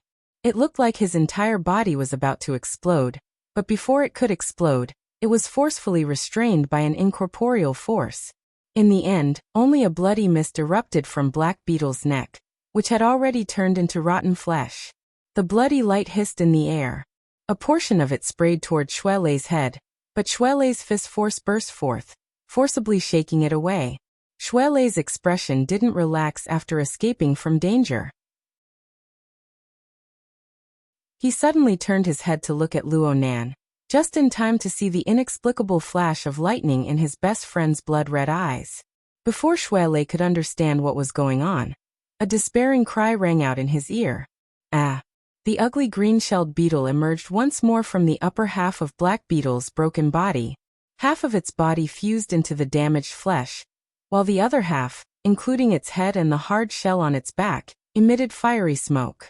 The light of flames curled upwards, faintly forming the shape of a human struggling in pain. It was Black Beetle's wraith. Perhaps Black Beetle was clear-headed at this moment, but his resentful emotions had already been reduced to the surface. His screams were filled with despair and fear. His screams were born from his current state of being neither human nor ghost. Snake tongue! Snake tongue! All of Black Beetle's vocal organs had been cleanly destroyed. His screams were actually the materialization of intense negative thoughts. They were like curses, but they were also like begging. Many thanks for your help. An extraordinarily gentle and refined voice quietly entered Black Beetle's ears like a gentle breeze. She used the airflow of the viewing platform as a musical instrument to play, and faintly discernible thoughts seeped in to produce sound. Who would have thought that this was Snake Tongue? The milder Snake Tongue's reply was, the more intense Black Beetle's reaction became. The intense emotions made the light of the flames burn even more. But no matter what, Black Beetle was just a potted plant in a flower pot of flesh and blood. No matter how it twisted and struggled, it couldn't break free. It couldn't die. It just swayed back and forth with its ruined body. The scene sent chills down one's spine. Snake Tongue didn't have the leisure to chat with a fellow whose self-awareness was about to be extinguished. Her tone grew all the more relaxed and gentle. Indeed, many thanks to Black Beetle. He allowed Lord Luo to display his strengths, and he allowed me to use this method to come into contact with Lord Luo. Shuele didn't really understand what Snake Tongue meant, but when he heard her tone and the change in her previous sinister methods, he instinctively felt that something was wrong. Nanster. Luo Nan leaned against the protective glass. His blood-red eyes locked onto Black Beetle. The blood that had just stopped flowed down once more, dripping from his chin onto his white coat. Soon, an eye-piercing mark appeared. Black Beetle's body had swelled to the point of explosion just now. Luo Nan had used his soul strength to forcefully interfere with Black Beetle's central gear, forcefully pressing it down.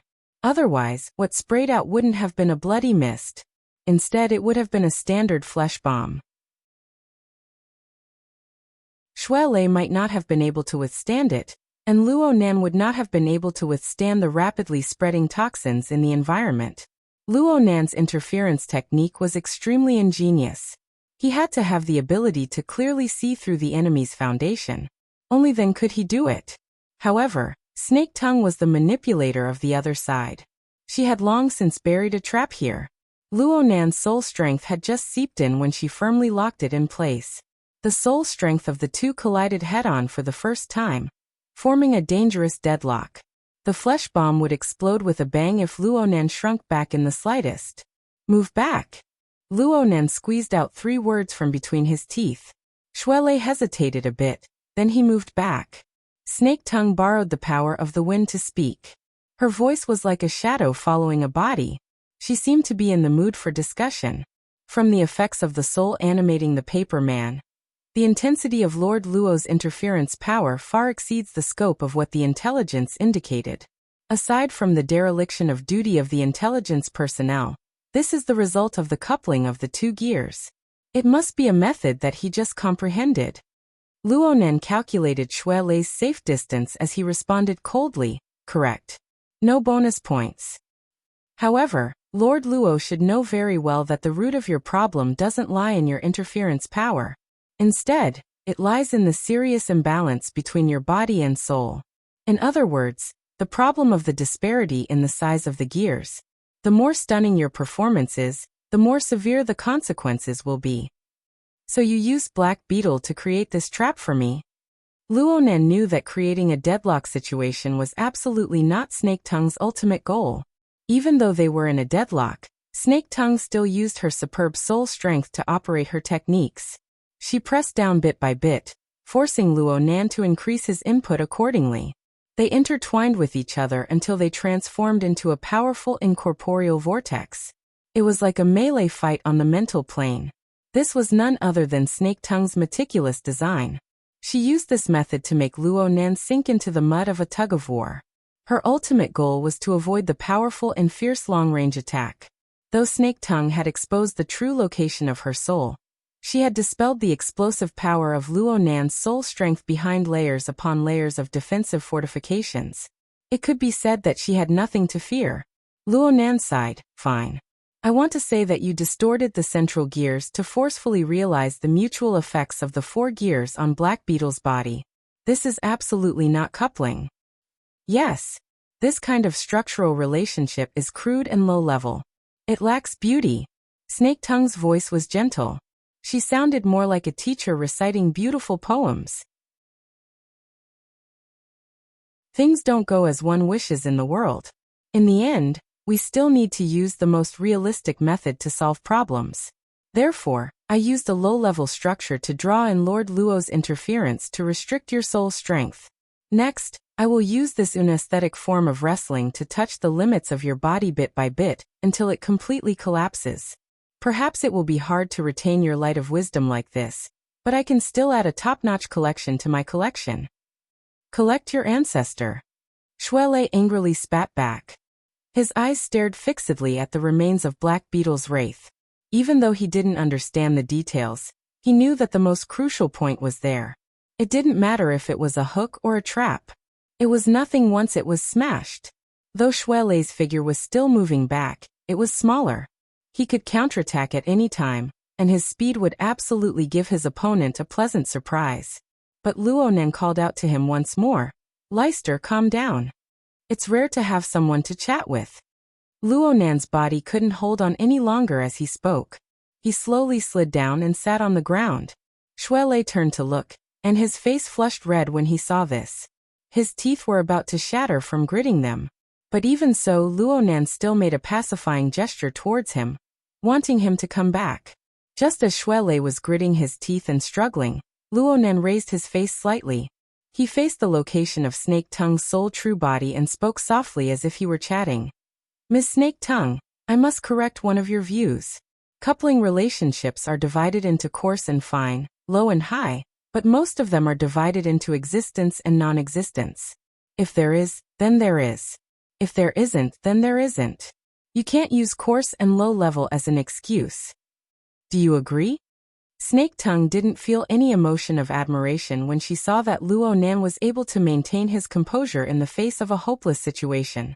She just went over her design from beginning to end once more and reconfirmed the strength of the fortifications. Only after everything was confirmed did she laugh softly. Lord Luo's way of speaking has a sort of arrogance to it. "Can I understand that you are the only person who can explain your mother's research field?" Luo Nan really did think it over carefully for a moment before shaking his head and saying, "Not necessarily." Then Lord Luo is deliberately creating a topic to stall for time and wait for reinforcements? Luo Nan was stunned for a moment. Then he immediately said, "Can't we just discuss the matter as it is?" Coupling wasn't a basket that anyone could fit into. An overly broad definition would only diminish its value. Just like the flesh bomb you created, you're only creating conflict and chaos, but you're stingy in building a new order. If you insist on your view, then I also insist that you really don't understand coupling. Over at Heavenly Ocean Lake, Puppeteer had already reached his limit before Snake Tongue could respond. He's just stalling for time. A military shuttle is rushing over. Look at the lights. At the end of the pitch-black curtain of night, nothing could actually be seen. However, it was already the peak hour of work. The lights of the vehicles were a bit chaotic.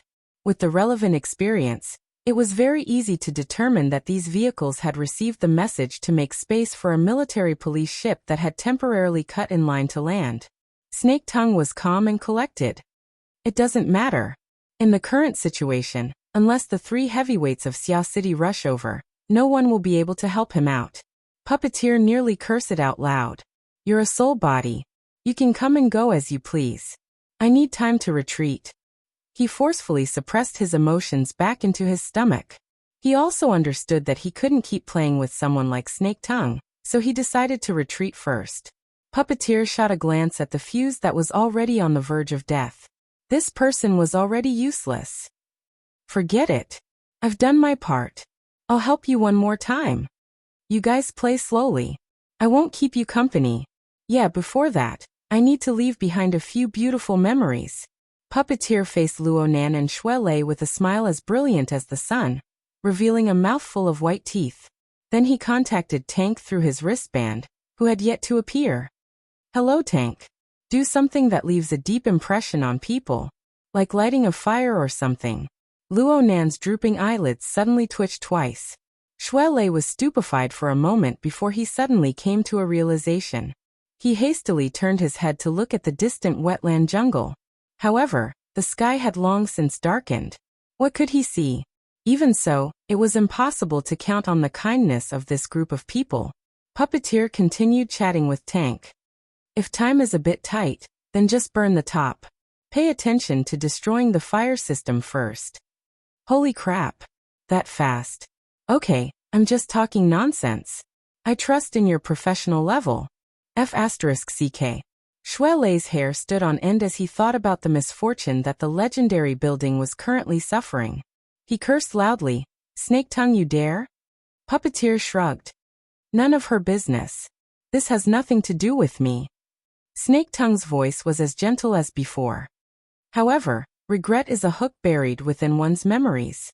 It can always pull out the most moving tastes in the world. I don't mind painting my collection with a layer of tragic colors. Puppeteer cursed her inwardly for being unreasonable. His gaze behind the diving goggles swept past Shuelei, who was practically on the verge of burning. There was also Luonan, who was sitting on the ground. Only his blood-red eyes faced Luonan, who had an expressionless face. His steady. You're pretending to be like this to purposefully disgust people, right? Fine, we'll be disgusted by each other. Puppeteer's smile grew even wider. Fine. You guys chat slowly. I'll be leaving first. Oh, thank you, Snake Tongue. You saved me the expense of a fuse. As he spoke, his thumb, which was gripping Tianxi's slender neck, rose slightly. He forcefully moved the woman's chin, forcing her to regain a bit of clarity. Emotions of fear surfaced once more within Tianxi's hazy and dazed pupils. Puppeteer smiled in satisfaction and whistled again. The water of the heavenly ocean lake rumbled, and the devil ray restlessly slapped the surface of the water. Its enormous mouth split open, and it looked at the figure above, drooling with desire. Puppeteer laughed softly, but he deliberately raised his voice. This is your reward. Drag it down and enjoy it slowly. Don't be too anxious. Let the people on every level take a look. Let our Mr. Luo have ample time to consider. His mother's work or his lover's life. Which one should he save first? Or perhaps he can't save either? Puppeteer's gaze pointed at Luonan once more. His gaze locked with those blood-red eyes, and he maintained a smile. His 5 fingers loosened, allowing Tianxi to fall down. The water rumbled, and the devil ray slapped its pectoral fins. It leaped up, its large mouth opened with fine teeth, and it faced the figure above. It was in this instant that Puppeteer saw the blood overflowing from Luonan's eyes, as well as the marks that continued to be engraved on his face. Puppeteer's heart was incomparably satisfied. His index and middle fingers, which had just been freed from the burden, streaked across Luonan's forehead, sending a greeting. We'll never meet again. Puppeteer gently leaped up, heading toward the dome. He was just about to cross over the frame steel beams when he heard the muffled sound of falling into the water. The clear difference made his heart skip a beat, and he instinctively lowered his gaze. He just happened to see the devil ray unfurl its pectoral fins that exceeded 15 meters in length. It was like an enormous demonic bat as it soared into the air and landed beneath Puppeteer's feet. Why did it fly so high? Hold on. Was that the sound of water? Puppeteer's gaze shifted, and he saw a velvet skirt temporarily bulging from being soaked in the water within the undulating waves of the heavenly ocean lake. Get out of the way. Snake Tongue's unprecedented warning exploded, causing Puppeteer to shiver in shock. However, this did not hinder his instincts, which had been tempered over and over again, from forcefully shifting his position. And at nearly the same time, another deep shout exploded directly on the soul plane. Puppeteer. Puppeteer knew that he absolutely should not be distracted, but the fierce and cold blade that penetrated the depths of his soul forced Puppeteer to turn his head. He locked eyes with the blood-filled eyes in the distance. Lightning tore through the turbid blood, dazzling to the eye. Even though he was wearing diving goggles, Puppeteer still instinctively squinted his eyes. It was as if he really could see a lightning spear flickering in the night sky, heading straight for his chest. At this moment, all his instincts and tempering were annihilated in a puff of smoke under the soul-tearing attack. Puppeteer's body stiffened in the most unnatural way.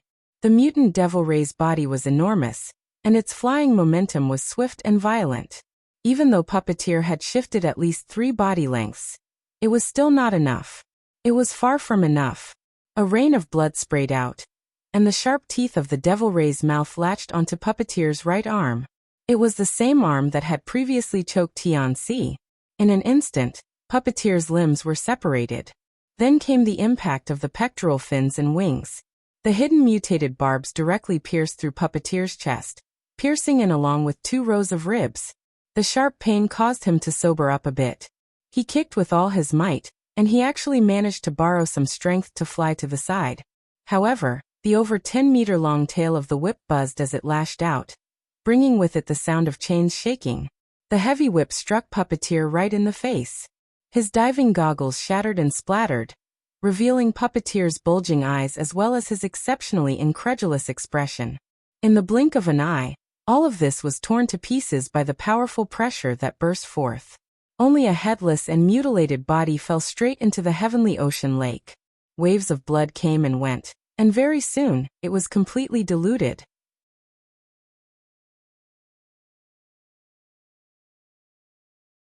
Chapter 312. After killing the previous controller in one fell swoop, the Devil Ray took the opportunity to sink. Its huge flat body was almost touching the surface of the water, but it did not enter the water. It only flapped its strong pectoral fins. The pectoral fins were not wings after all, and the frequency of their undulation was very slow. However, when the airflow passed through the cross-sections that looked like waves, it was affected by an amazing force and gathered layer by layer. The density of the airflow increased and became one of the sources of power, allowing the gigantic body that weighed several tons to be lifted in the air calmly. The 15-meter-wide behemoth floated above the viewing platform. It was not only spectacular, but it was also terrifying. The pool below was affected by the compressed air, and waves surged up the shore layer by layer. Tianxi, who had just fallen into the water, was also lifted up by the surging waves. She lay on the edge of the pool in a daze. On the other hand, Puppeteer, who was completely dead, was completely submerged in the ripples of water, vanishing without a trace. You can already control mutants, yet you're doing such meticulous work?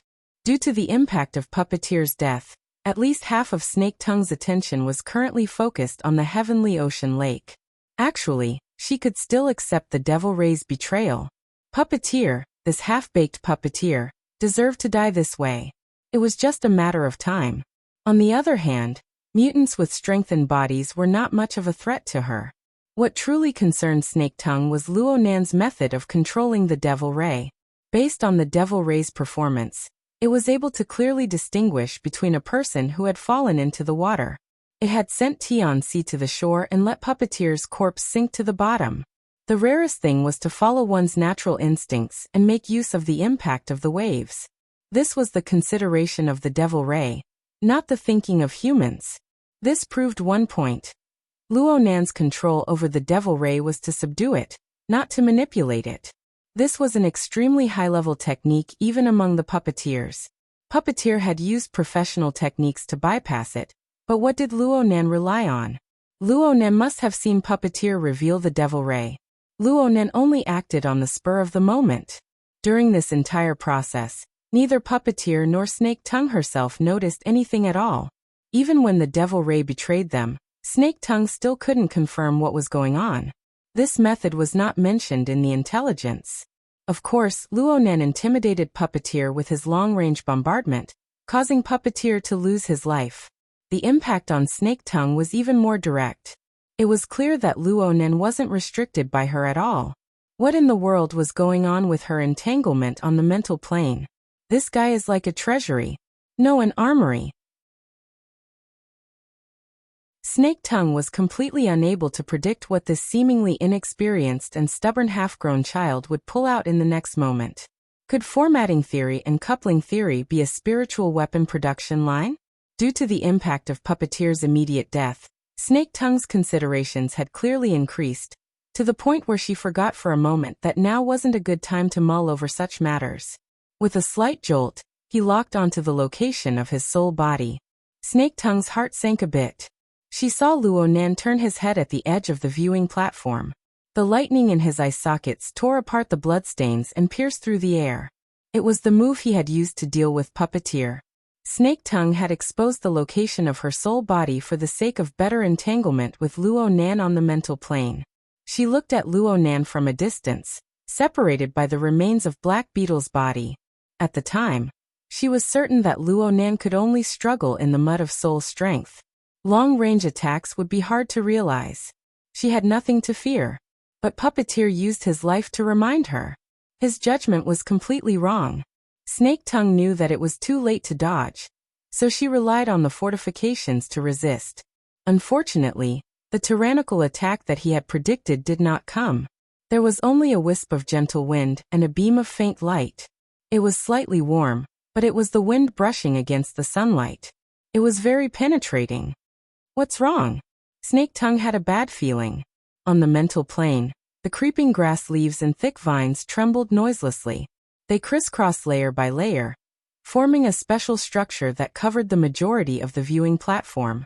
The complex surface structure often caused people to overlook the roots of the vines. In reality, every thick vine had a parasitic soil. Earlier, when Luo Nan had cleared the area, he had knocked down several dozen tourists. These people had been used as trash by Snake Tongue. She had planted the Nightmare Vine spell on them, interweaving their energy, blood, and soul power into a net, becoming the foundation of her fortifications. This move was similar to Puppeteer's fuse, but it was more exquisite. Not only could it divert the mental attack, it could also forcefully stimulate everyone's potential, causing the Nightmare Vine to grow wildly. It became a resource for Snake Tongue to control. It was suitable for both offense and defense. But right now, Luo Nan's mental attack did not come. There was just a gentle breeze blowing and a glimmer of light shining through the gaps in the structure of the Nightmare Vine spell. It was all-pervasive, making Snake Tongue feel that water had already seeped through the layers of fortifications she had constructed. An ominous cloud covered Snake Tongue's mind for the first time. Luo Nan's choice made Snake Tongue even more fearful than his methods. He was a young man. An eye for an eye. After killing a powerful enemy with a backhand, he had come with the momentum of a great victory. He should have carried on the experience of his victory, and made persistent efforts in order to achieve victory a second time. But Luo Nan did not. All the intelligence indicated that this child lacked actual combat experience. But he had performed an inconceivable transformation between hard and soft. He had used the most correct and intelligent method to see through the trap of the fortifications. It was very hard to explain this with experience or intuition. It was as certain and natural as copying a standard answer. Snake Tongue knew that if this continued, her foundation would be stripped clean. And that would undoubtedly be the time for Luo Nan's mental attack, to completely tear apart her defenses. What to do? 100 thoughts flowed through Snake Tongue's mind, but they were all meaningless. This was because she could no longer see through Luo Nan. Beep. Beep. A ringing sound came from Luo Nan's wristband.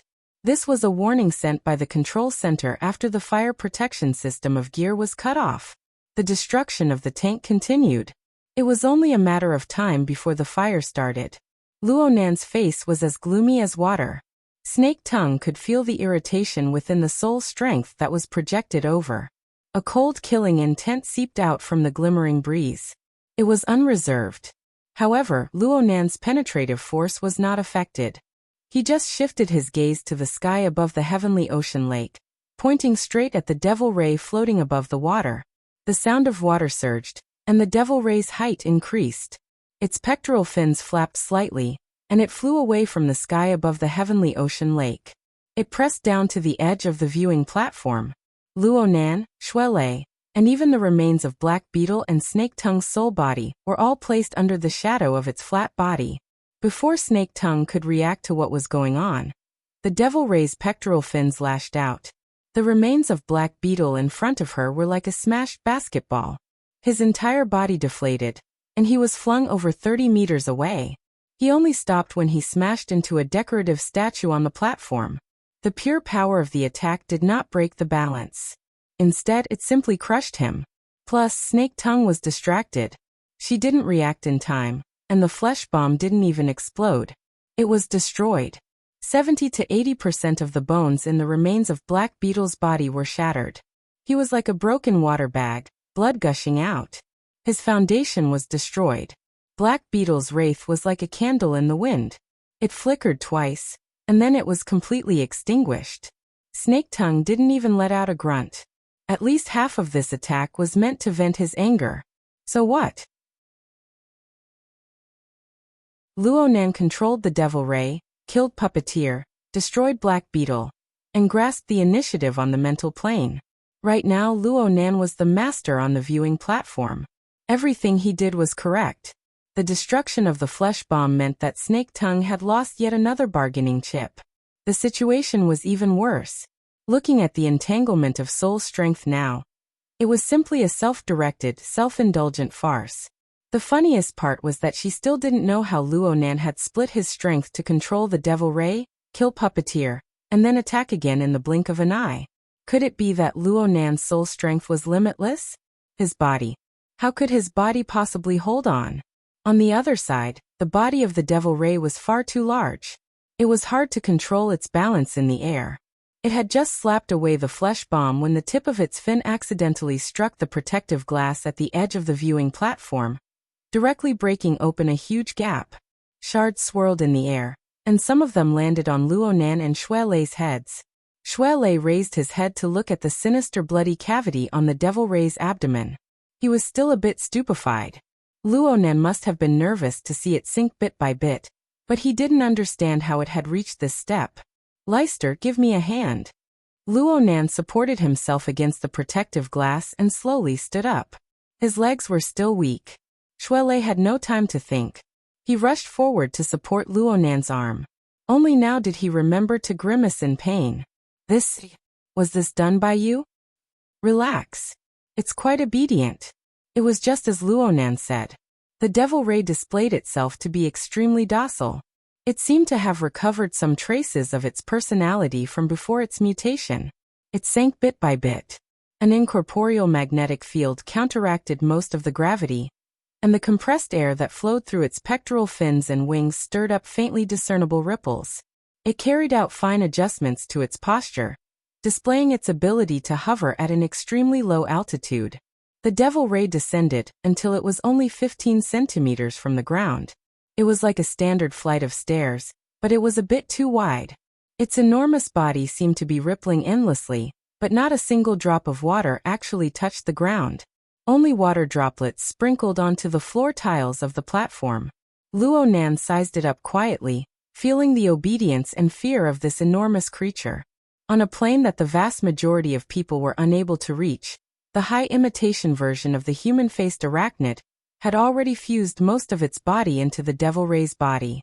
Incorporeal spider silk pierced through its body, penetrating and twisting nearly all of its vital organs. It turned the Devil Ray into a temporary parasitic target. Just like this, the Devil Ray still had room to struggle and resist. The problem was on an even more marvelous plane. The heavily chained crow invaded the Star River scene of Luonan's mental clairvoyance, locking onto the life sketches of the Devil Ray. It pierced through every star, weaving them into an even more abstract three-dimensional picture. Amidst the deep vibrating sound, the Devil Ray no longer had a domain of freedom that belonged to it from the inside out. It could only lower its head. Luonan extended his hand and lightly touched the side of its pectoral fins that were flipping like waves. The outside was wrapped in a layer of mucus. It was cool and smooth to the touch, but the force was not light. It jolted Luonan's palm numb. Nanster, don't.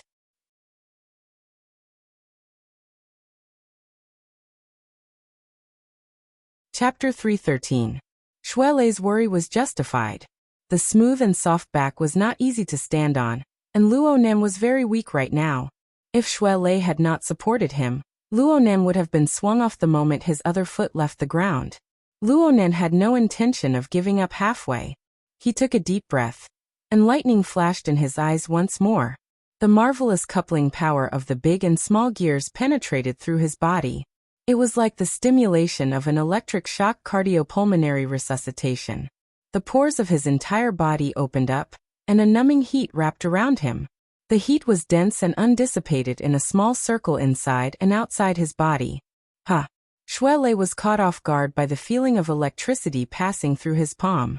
He let go by reflex, but his reaction was top-notch. He extended his hand to support Luonan, but Luonan exerted force with his left foot, which was on the edge of the Devil Ray's back. He stepped out and truly stood on the flat body of the Devil Ray. The Devil Ray was not quite used to it. The amplitude of the undulations of its body suddenly increased, and Luonan's body involuntarily leaned forward. But under the coupling effect of the heart lantern of the eye's orifice, it shone at the right time. Lines filled with foresight were laid out. It was like an incorporeal spider web was laid out on the Devil Ray's back. The marvelous stickiness, the corresponding sense of balance between Luonan and the Devil Ray, rapidly increased. Luonan's own predictions, his control over the devil ghost fish, and the information-sharing mode formed by the coupling of the large and small gears allowed Luonan's foresight to penetrate deep into every corner of the devil ghost fish's body. Even the changes in its emotions could be seen. His heart lantern of the eye's orifice had yet to truly reach maturity, but the changes that came from the coupling had already exceeded the limits of the heart lantern of the eye's orifice. Gym Master Xiao spoke of a heart lantern, a candle illuminating the 9 hells. Luonan had yet to see the 9 hells, but he was not inferior to Gym Master Xiao in the heart abyss. Aside from the separation of skin and flesh, Luonan and the Devil Ray could be said to be one body. They existed around Luonan's will. Under this state, Luonan took a step, and the force of his body leaning forward was eliminated. He swayed slightly, and he grasped balance. He seemed to be in danger, but he was actually stable. The Devil Ray beneath him rippled endlessly. Luonan thought for a bit, and simply stopped moving. The vibrations of the flat body of the Devil Ray beneath him increased in amplitude, and Luonan intentionally controlled the mode. Luonan stepped on the rippling body and moved forward smoothly, all the way to the front of the head of the Devil Ray. His thoughts stirred slightly, and the 2 long fins of the Devil Ray flipped over. These things were originally used by the Devil Ray to assist in hunting. Right now Luonan was using them as handrails. He borrowed strength to stand steadily atop the Devil Ray's enormous body. The Devil Ray felt a bit awkward being gripped by Luonan's head fins. But right now, it was intimidated by Luonan's gloomy thundercloud-like emotions.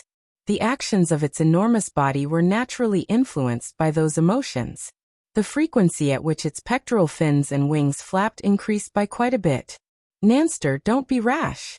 Shuelei wanted to jump up as well, but this would instantly break the balance between Luonan and the Devil Ray.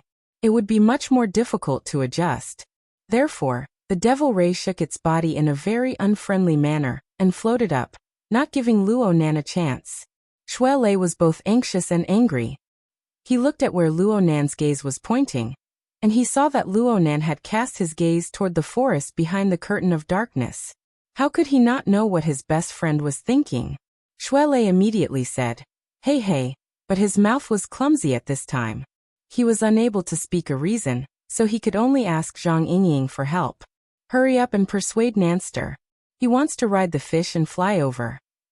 The series of unforeseen events happened far too quickly, and most of the key segments occurred on the mental plane. Zhang Yingying wasn't too clear about the changes in the situation on the viewing platform.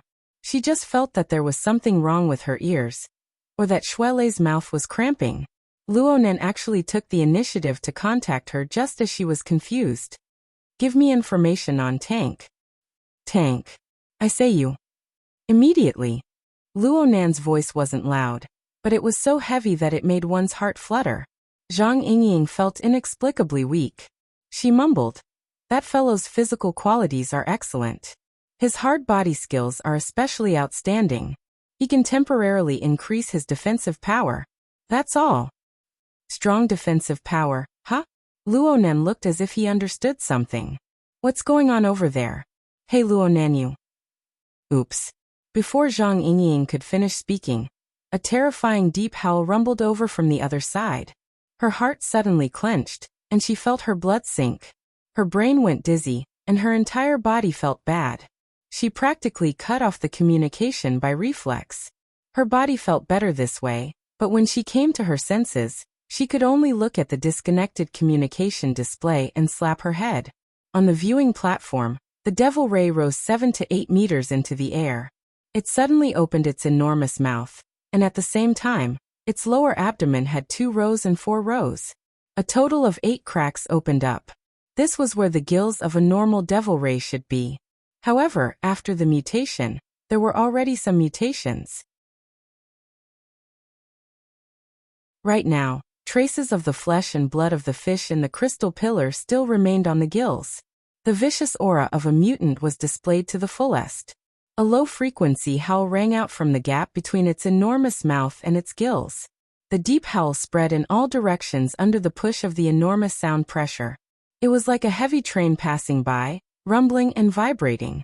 It caused every frame structure and protective glass on the viewing platform to tremble violently. It was like an earthquake had just happened. However, this deep howl only lasted for less than 5 seconds before the platform suddenly went silent. It did not stop, but the frequency of the sound waves had already sunk below the boundary of 20 Hz, entering the domain of infrasonic waves. The sound waves conducted in the air did not directly affect Snake Tongue, but they still left her stunned. Infrasonic waves had powerful penetrative power, and they transmitted information accurately. Many life forms in the ocean used them to sense danger and determine direction.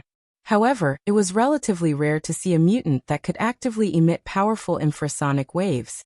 In theory, the Devil Ray was an enormous mutant. Its pure fleshly strength was already close to A rank, and its fleshly body was flexible and tough.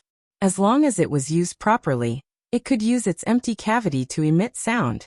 High and low frequencies were not difficult. It was understandable. The crux of the matter was how it was used.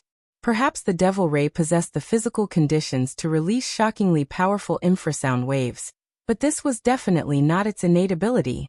Even after it had mutated, it was still the same.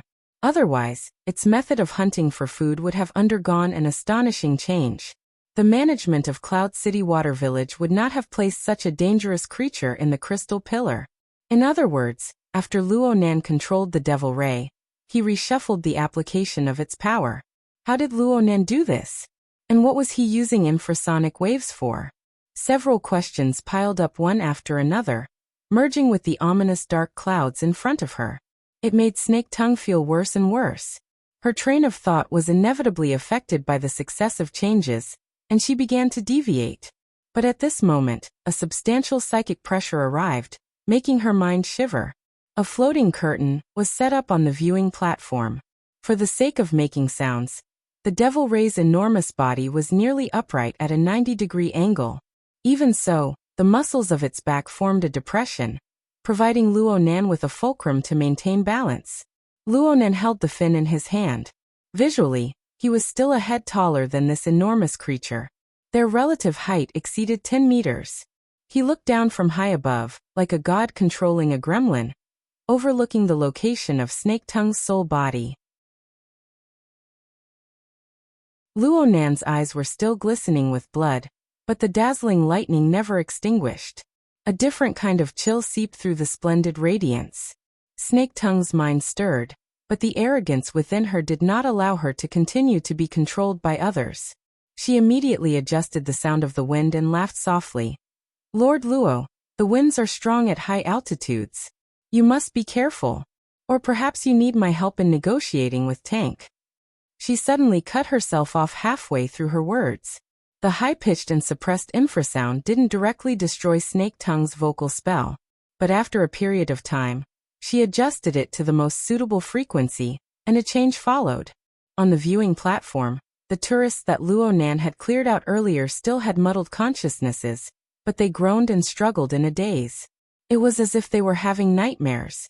Snake Tongue finally figured out the true target of the infrasound. The carrier of her nightmare vine spell was suffering from the impact of the infrasound, forming a dangerous resonance in the heart and lungs. Was it going to kill indiscriminately? The nightmare vine spell was built on a human carrier.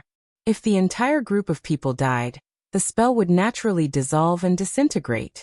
But Snake Tongue had analyzed Luo Nan's personality. She didn't believe that this half-grown child would have the courage to wipe out several dozen, no, hundreds and thousands of lives in one fell swoop.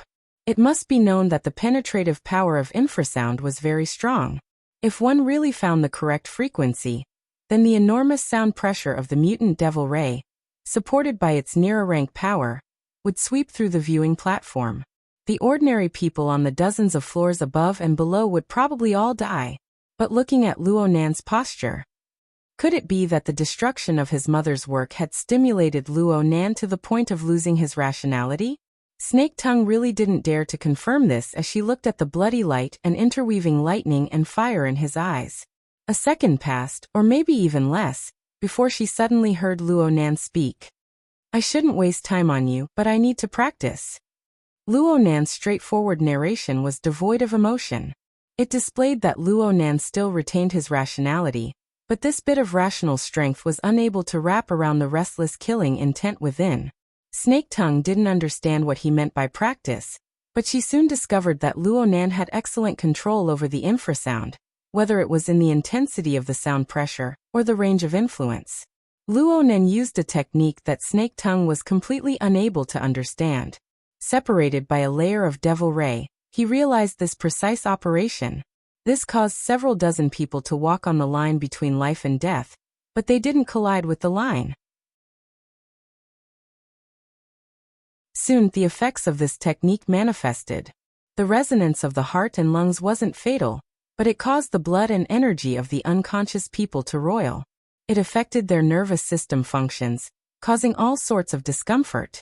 This resulted in chaotic thoughts and a terrible unstable state of mind while they were unconscious. Snake Tongue cried out to herself that this was bad.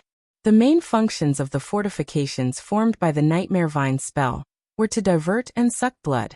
The latter, in particular, required a powerful external force to stimulate the potential of the target. Then the potential was extracted to strengthen the spell. However, Luo Nan's actions had turned the blood and energy of the person into a mess. What potential was there left? One or two wasn't a big deal, but several dozen people were all like this. Even a curse master like Snake Tongue would find it hard to control them in a short amount of time.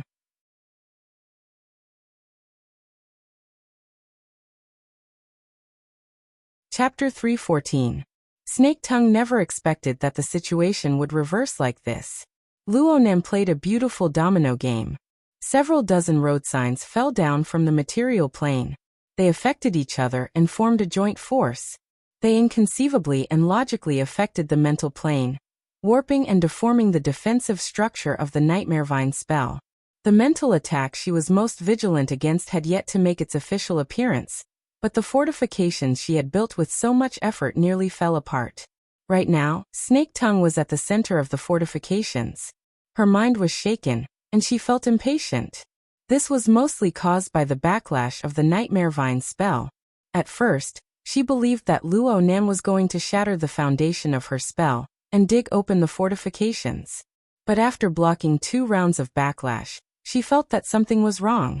Under the attack of Luo Nan's infrasonic waves, the thick vines born from the Nightmare Vine spell did not wither and become listless. Instead, it was as if they had taken stimulants. They were restless without end. Snake Tongue was aware of her own situation.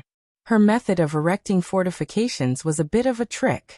The collapse of the fortifications was fine, but the resulting backlash was truly troublesome. Luo Nan's methods and train of thought caused her heart to be on guard. "I can't stay here any longer." An intense thought of retreating arose in Snake Tongue's mind for the first time. But just as this thought was born, a powerful restraining force suddenly rose. The Nightmare Vine spell's blood-devouring intent finally found a nearby target. Snake Tongue cried out to herself that this was bad. She immediately chanted an incantation, disregarding the consequences. She wanted to disperse the out-of-control Nightmare Vine spell. But at this time, the uncomfortable feeling of being seen through became clear once more. Her clairvoyance instinctively allowed her to see Luo Nan's interweaving blood and fire. His eyes were piercingly cold. The mental attack came. It was different from the heavy hammer-like bombardment described in the intelligence report. It was a sharp blade that silently pierced through the chaotic defensive system. The attack pierced through all the defenses and pierced straight at Snake Tongue's weakest soul body. This attack didn't heavily injure Snake Tongue, but it interrupted the spell she had just prepared. It also severed the last bit of possibility for her to control the Nightmare Vine spell. But from Snake Tongue's perspective, the most fatal part was the Nightmare Vine spell's defensive system. It transformed into an invisible cage on the mental plane, trapping her within. She wouldn't be able to struggle free in a short amount of time. Snake Tongue used all her strength and tried all sorts of methods. This included her most dreaded method of interfering and transforming between the mental and material planes. However, none of them worked. Instead, her soul body interfered too much with the material plane. After a series of attempts, she gradually revealed herself. "Nanster, you've gone too far." Just as Shuelei rubbed his chest and walked out from the Devil Ray's wide back, he saw a shadow appear in the open space in front of him. It was vaguely like a woman, glowing with a faint green light in the night. Upon closer inspection, that light was clearly a curtain of hair that fell to the ground. Half of it draped over the back, while the other half covered the exceptionally delicate figure of a person. Such a form was like that of a ghost or a spirit. It was so faint that its face could not be seen clearly, as if it would dissipate in the wind at any time. However, upon closer inspection, there were several tens of long strands of smoke surrounding this delicate woman. They were intertwined with each other. When they fluttered, they were like streamers of feathers, but when they were ferocious, they were like a prison cage. This is Snake Tongue? Shuelei had guessed it, but he was still a little confused. He didn't know why this mysterious expert who had been fighting against them for a long time would suddenly appear, and in such a form at that. This wasn't the same as the ugly and sinister Black Beetle's mutilated body from before, okay? Snake Tongue didn't care about how she looked. Right now, there was no one else in her eyes. There was only Luo Nan. Her soul had left her body, and she had been forced to reveal herself. From her perspective, the situation had already completely collapsed. And all of this was caused by the teenager on top of the Devil Ray's head. Compared to the result, Snake Tongue was even more unable to accept the process. She didn't know at least half of the methods Luo Nan used from the moment he truly unleashed his strength. In other words, she was muddle-headed and ended up in such a state. The most absurd thing was that her and Luo Nan's soul strength were still entangled. But what was the point of this entanglement? The feeling Luo Nan gave her was that he was clearly using a single pinky finger to hook her in place. The rest of his body was casually toyed with. And this was the effect that Snake Tongue believed she could achieve. It wasn't that she had never experienced this sort of experience before, but she never thought that it would reappear on the teenager's body. This was not a reflection of strength, but a difference in insight and realm. Snake Tongue composed herself slightly. It could be said that she had suffered a crushing defeat in today's match. However, it was too early to say that she was consigned to eternal damnation. She was someone who had experienced the affairs of the world for a long time. She soon adjusted her state of mind. She no longer thought of struggling, nor did she conceal her figure. Instead, she bowed to Luo Nan, who was perched high on the Devil Ray's head. With impeccable etiquette, she used the calmest tone she could to admit, "Lord Luo, your skills are marvelous. I've lost." Luo Nan didn't give her anything aside from his ice-cold gaze. Snake Tongue stood up straight after she bowed. She raised her head slightly and locked eyes with Luo Nan's ice-cold gaze. She adopted a posture that was meaningless to her soul body, but it was more in line with etiquette and the situation. "Since I admit defeat, I won't cause any more trouble for Lord Luo. However, I hope that I can obtain a suitable treatment." Luo Nan maintained his silence, But the nightmare vine spell grew even more restless on the mental plane. It was the most direct response. Even on the material plane visible to the naked eye, the dark smoke surrounding Snake Tongue's soul body increased by 30%. The intertwining grew more and more obvious. Snake Tongue's mind went a bit cold, but she still tried to use communication to resolve the problem. She tossed out a bargaining chip. Lord Luo, I can order Tank to stop right now. I'm going to kill him. Luo Nan's simple words nearly caused Snake Tongue to swallow back her words. She was stifled for a second before she responded. Lord Luo, please don't be impulsive. I want to save your mother's precious work as soon as possible. That's the most. The whistling sound of the wind crushed Snake Tongue's words to pieces. The devil ray began to flap its pectoral fins with force. Compressed air rumbled and flowed. Its momentum was astonishing. Just like this, it soared several meters higher. It seemed as if it would leap into the sky at any moment. Luo Nan stared at Snake Tongue from an even higher position. You've been resisting all this time. I've already wasted 2 minutes here. Snake Tongue obviously had to resist. Even if her defeat was already decided, she wouldn't allow herself to be trampled upon. Clearly, there was an enormous disparity in their understanding of each other. She couldn't help but feel her heart sink. But at this time, she saw Luo Nan close his eyes. His eyelids were still trembling. This action allowed Snake Tongue to confirm one thing. Luo Nan was certainly extremely exhausted. That made sense. How could his body endure the continuous use of such terrifying methods? Perhaps she should continue to waste time? Just as this thought stirred, Luo Nan's eyes opened. Lightning leaped within his bloody sockets. And you're going to continue wasting time. The nightmare vine spell, which was used to devouring its master, fiercely contracted just as Luo Nan finished speaking. At the same time, the second wave of mental attacks arrived. Snake Tongue suffered a pincer attack. Her shadow fluctuated and warped, showing signs of disillusionment. She did her best to resist, but at the same time, she also used her glib tongue to persuade Luo Nan. Lord Luo, it's true that I will suffer heavy injuries if you insist on going your own way. But it's just as you said. You won't have a future to speak of under the direct wear and tear of the big and small gears. Formatting theory. Coupling. Where will you go to verify these wonderful theories? Luo Nan heard all of this clearly. He subconsciously released a hand from the devil ray's fins and gently touched his cheek. It was a bit numb. He exerted a bit of force, and there was a terrible tearing sensation. But so what? If my mother compromised for the sake of her life, then I wouldn't exist in this world. If I compromised for the sake of my mother's work, you shameless bastards, then even if I saved gear, I would still be bound to leave a stain. And you guys could come at any time. Luo Nan's voice was low and hoarse. He was practically talking to himself. This was his train of thought and thought. Actually, he didn't know if it was right or wrong. But right now his emotions, intellect, energy and all the other components resonated. This was what he obtained. There was no need to fake it.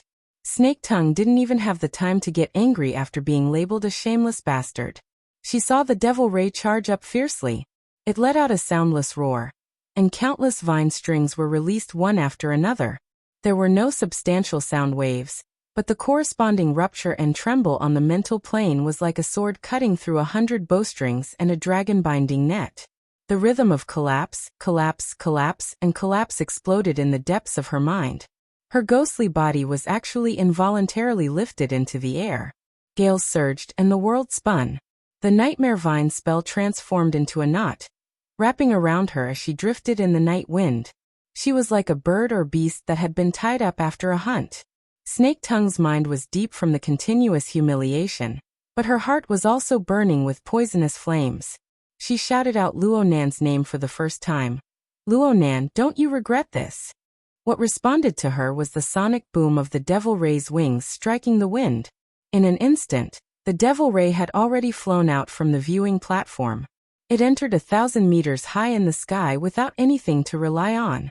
Luo Nan occupied a position high above the devil ray's head and looked down. The heart lantern illuminated the entire region. It was hard for the darkness, the forest, and the buildings to block it. There was nothing else in Luo Nan's eyes. He only saw a small and exquisite gear embedded in the depths of the boundless forest. It was clearly shining. This was the first time Luo Nan used the coupled heart lantern to perform clairvoyance for an extended period of time. The marvelous feeling was like a gushing spring that had just erupted from the ground.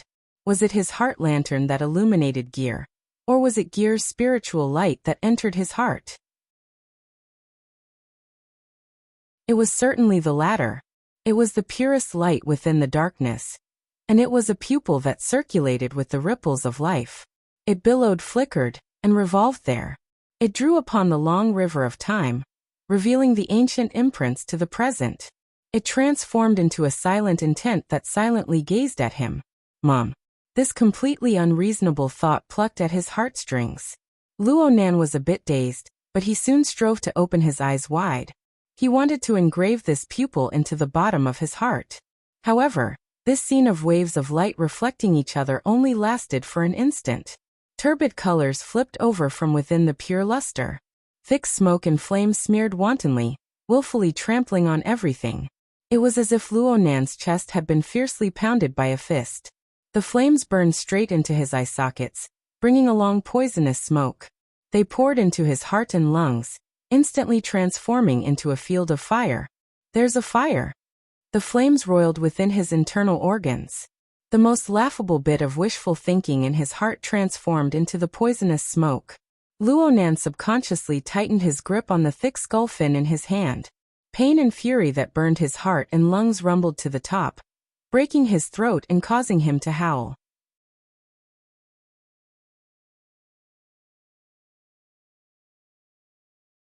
Chapter 3:15. It was already night.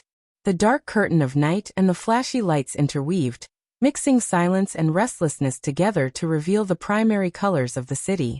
This was originally a flourishing city that could swallow everything, but after a short 30 seconds, in a corner of the night, in a wetland jungle that had been temporarily forgotten by the majority of people, soundless thunder rumbled like the carriage of a demon god. On the small swamp lake adjacent to Gear, fish leapt up due to the flickering flames. They rushed out of the water, but in the blink of an eye, their bodies trembled and they smashed back into the water. On the shore of the lake, a sandpiper that was treading on the shallow water in search of food suddenly stood up. It staggered 2 steps forward, flapped its wings and flew up. In less than a few seconds, hundreds of thousands, tens of thousands of panicked birds flew up from the forest with a clamor. Below them, foxes, badgers, mice, rabbits, and even the occasional wolf, deer, and other walking beasts began to frantically and chaotically flee. The vast majority of them were driven by the sudden collapse of the atmosphere of the jungle. Without any destination in mind, they clashed and trampled each other. Some even directly crashed into trees and fell into the water. Screams and cries rang out incessantly. In a flash, the wetland jungle turned into a hellish cauldron. The collapse of chaos rapidly spread. In this chaotic background, Gear leaned against the side of the jungle. Amidst the clanging sounds, a sturdy figure smashed through the window of the second floor. He jumped out and rolled on the ground. Without stopping, he madly ran with all his might, smashing into the depths of the jungle. An invisible and soundless shockwave covered an area of several hundred meters around Gear. Along the way, the forest was littered with dead birds and beasts. Most of them had no external injuries. Their distorted postures made one's heart palpitate. The damage of infrasound was mainly caused by resonance with the natural vibration frequencies of the brain, chest, and abdomen. This caused the nervous system to be in disorder, and the organs to distort and rupture. They could die extremely quickly, or they could die extremely miserably. Witnessing this scene, Tank, who had always regarded himself as valiant, felt a chill run down his spine. His feet ran even faster, and he charged forward in a straight line. He had to rush out of this domain of death in the shortest amount of time possible. As he madly ran, he issued a low roar from his throat.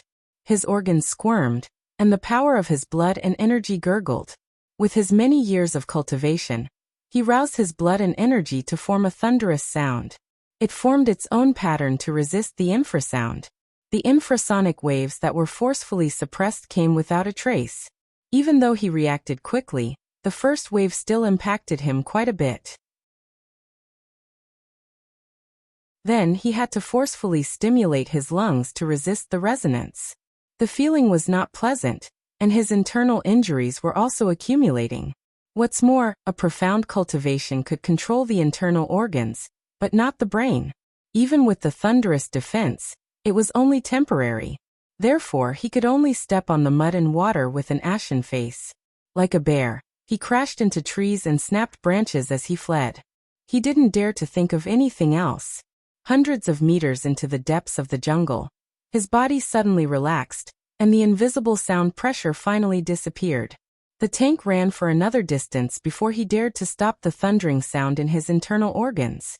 However, he could not help but have blood rush up his throat, and his entire mouth was filled with a fishy smell. He spat out a mouthful of bloody foam, and used the internal communications channel to contact Puppeteer. Naturally, no one responded. There was also the mysterious snake tongue. He had pulled out a mental connection, but there was no news of her either. This made Tank's mood even worse.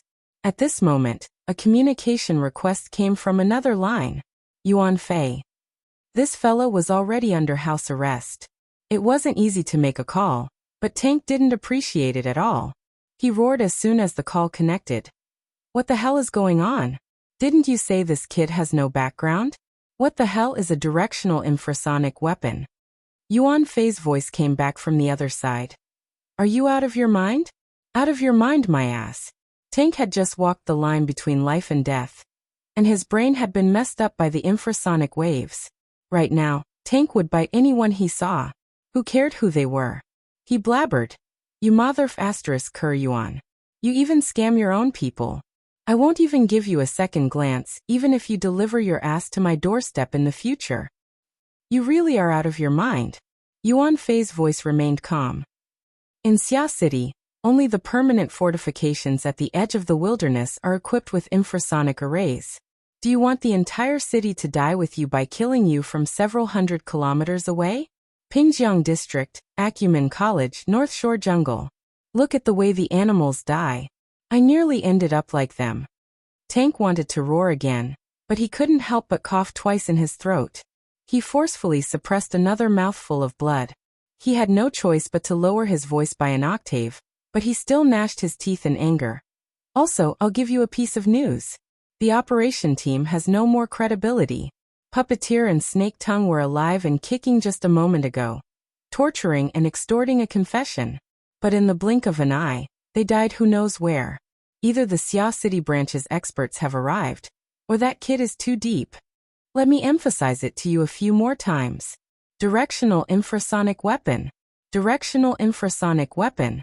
Fuck. Yuan Fei was silent for a moment before he said, I will notify Secretary General Gong. Tank roared a few times, and his boiling brain finally calmed down a bit. He also knew that shouting was meaningless, so he said hatefully, Now that things have come to this, there's nothing more to say. I will evacuate according to Plan C. Directly leave the city. Mother****cur. Only the military has the ability to use an infrasonic weapon of mass destruction, okay? If I don't leave the city, am I supposed to wait to be a target? Tank walked forward again. He was probably quite a distance away from gear. There was finally a bit of the aura of life here. Birds and beasts were scurrying about in panic. It was chaotic. The chaotic vitality was still vitality. It was somewhat comforting. He spat out a breath and determined his direction. He prepared to enter the dormitory area of South Bank School. No matter how deranged the military was, it was impossible for them to smash infrasonic waves into that area. Yuan Fei's voice continued to enter his ears. Confirm that all communication records have been sent to the cloud, and then destroy the terminal equipment. Tank sneered. He was just about to speak when his heart suddenly trembled. It was as if an invisible hand had directly stabbed into his heart and forcefully closed it. Tank gaped, but the words that were already in his throat completely collapsed. What replaced them was a surging blood and chi that rushed upwards with a crash. It made his brain go blank, and his ears were ringing and screaming. The infrasonic wave came again. Tank felt as if his heart was being crushed to pieces, but his surroundings were clearly quite normal. The noise of birds and beasts still entered his ears from time to time amidst the ringing in his ears. He swept his eyes over them, and they were all alive and kicking. A dense, ominous feeling bubbled up, and Tank suddenly raised his head. A pitch-black shadow covered the jungle. It was an enormous shadow that he could see with his eyes. Bird. Fish? Devil ray. The situation in front of him finally fused with the intermittent information from the communication channel. But what was the meaning of this? Under the pressure of the enormous shadow in the sky, the nearby birds and beasts were scared witless and desperately flew away. In fact, this was not bad. At least there was no killing intent from the infrasonic wave. However, Tank would rather return to the previous situation, where people, birds, fish, and beasts would all be equally distributed. It was not that there was no infrasonic wave now, but that it had truly completed directional restraint, and the terrifying sound pressure energy was completely directed at him. The low-frequency shock wave penetrated the branches and leaves of the forest, and also penetrated his internal organs and skull. From within, a malevolent Grim Reaper's hook appeared, probing the natural frequencies of several of his body cavities, seeking a connection. Tank's reaction was actually very fast. The moment his heart was attacked, he once again stirred up the sound of thunder. However, the problem was that no matter how he forcibly changed the resonance frequency of his internal organs, he used the sound of thunder to form its own pattern. The infrasonic wave that penetrated his skull and internal organs would correspondingly change and firmly lock onto its frequency. After such a series of changes, Tank could not bear it anymore. In particular, the area of his skull where his martial arts could not go up was continuously ravaged by a storm. After a few repetitions, the powerful impact shattered the wall of his willpower, releasing a huge amount of negative emotions. Tank was really about to collapse. Under the effect of the infrasonic wave, his body, which was a complete and harmonious whole, was torn into several conflicting pieces. His chi was in disorder, and his chi and blood were in reverse. Despite having the strength of steel, they collided and rubbed against each other, pulling each other back. This was not a powerful attack of punches, but a strangulation that wanted to tear him to pieces from the inside out. Tank. Through the communication device, Yuan Fei could not feel the pressure of the infrasonic wave that Tank was enduring, but he could hear Tank's screams clearly. Then there was the noisy sound of branches and leaves snapping, the sound of struggling and rolling, the hoarse cursing, and the sound of begging for mercy. Yuan Fei did not try to make contact again. He only calmly listened as the chaotic sounds became even more chaotic, and then abruptly stopped. He suddenly stood up and walked out of the bathroom, ignoring the indifferent watcher, and hurriedly walked in the direction he had come from. The 12th floor of Shangding Great Xia was the same as most of the areas below the 18th floor. The lighting was terrible, and they completely relied on artificial light sources for illumination. And because this floor was not a living area, not even the simulated skylight was turned on. The corridor was suffused with a pale light, and there was not the slightest hint of human presence. In the middle of the corridor, he saw the Deputy Secretary General of the headquarters, who was also the leader of this investigation team, Gong Qi. Gong Qi was a veteran of the Ability User Association. He was about to turn 100 years old, but he took good care of himself. His face was thin, and he looked like he was in his 70s, around the retirement line of a normal person. He was habitually dressed in a formal suit. His posture was upright, and he also had a good posture. At this moment, Gong Qi was standing outside a huge glass wall, coldly staring at the situation behind it. Even though he knew that Yuan Fei was walking over, he did not even spare him a glance. His face was serious and serious. But beside him, there was another centenarian. Although he was half a head shorter, he was sitting in a wheelchair, and he was all smiles. Separated by Gong Qi, he even tilted his head and smiled at Yuan Fei, looking very amiable. Yuan Fei's heart twitched when he saw the smile. His hurried footsteps unconsciously slowed down. The person in the wheelchair was Old Yu, the most veteran ability user in Xia City. He was 3 years older than Gong Qi, but he looked to be 30 years older. His hair had already fallen off, and even his eyebrows were sparse. There were only 2 or 3 long eyebrows on one side, and they hung down to the side of his cheeks. He looked a bit comical. Yuan Fei felt that the last few steps were truly difficult to endure. He walked close with great difficulty, and just as he was mulling over how to report this matter to Gong Qi, he suddenly sensed something. He saw the 5 fingers of the leader's left hand behind his back slowly rubbing together. There was a hissing sound.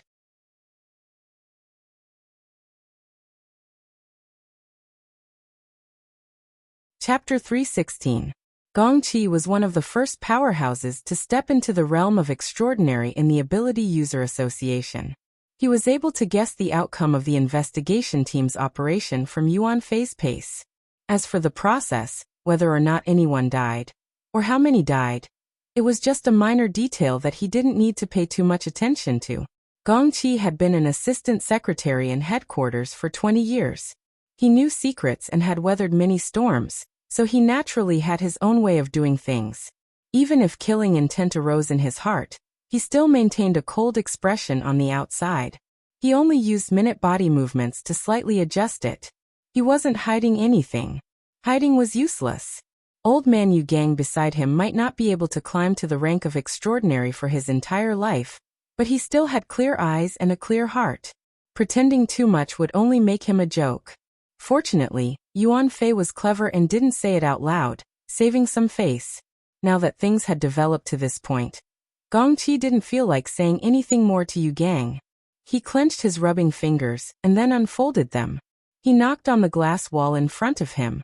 The matter of Quantum Corporation's complaint is more or less clear now. The structure of this girl's body and soul is peculiar. There are many coincidences with what the Water Divine General proposed all those years ago. It's very interesting. How about this? I'll take her away. She's here to recuperate. That's trust. Aren't you destroying her by sending her to your hands? At Old Man Yu's age, he did as he pleased. He spoke straightforwardly and fiercely, without any intention of being polite. Gong Qi was used to it. His eyes didn't even twitch. Headquarters conditions are always better. It's better to develop a girl's value. Old Man Yu's eyelids were already about to lose their liveliness. Only his long eyebrows slightly trembled. Develop? You've been doing business very smoothly lately. You've pretty much learned the skills of those big corporations. Gong Qi finally frowned. It's about developing. Shouldn't we give the young a platform to develop themselves? It's just a slip of the tongue. Old Man Yu, why are you so serious? Old Man Yu laughed and shook his head. A slip of the tongue? It looks like you, Secretary Gong, are old and decrepit. You should give your position to the young. I think little Yuan isn't bad. He's very perceptive and quite capable. 2 old things competing. Why did you drag me in? Yuan Fei's face twitched, but he quickly concealed his smile and bowed to Elder Yu. You must be joking, Elder Yu. The association still needs elders like Secretary General Gong and Elder Yu to be at the helm. Only then can we shelter the millions of aptitude users. Old Man Yu laughed again. 50 years ago, it was to shelter us from the wind and rain. 50 years later, it still shelter us from the wind and rain. We can't even put up a shed. It's quite boring, don't you think? Yuan Fei immediately sealed his mouth and pretended to be dead, refusing to make a sound no matter what. I understand the attitude of the Xia City branch. Let's go back first. Gong Qi stopped arguing with Yu Gang and glanced at the glass wall with a cold expression. There, the girl was sleeping peacefully. Her breathing seemed to be faintly discernible, but it was rhythmic and consistent. He glanced at her again, then turned around and left.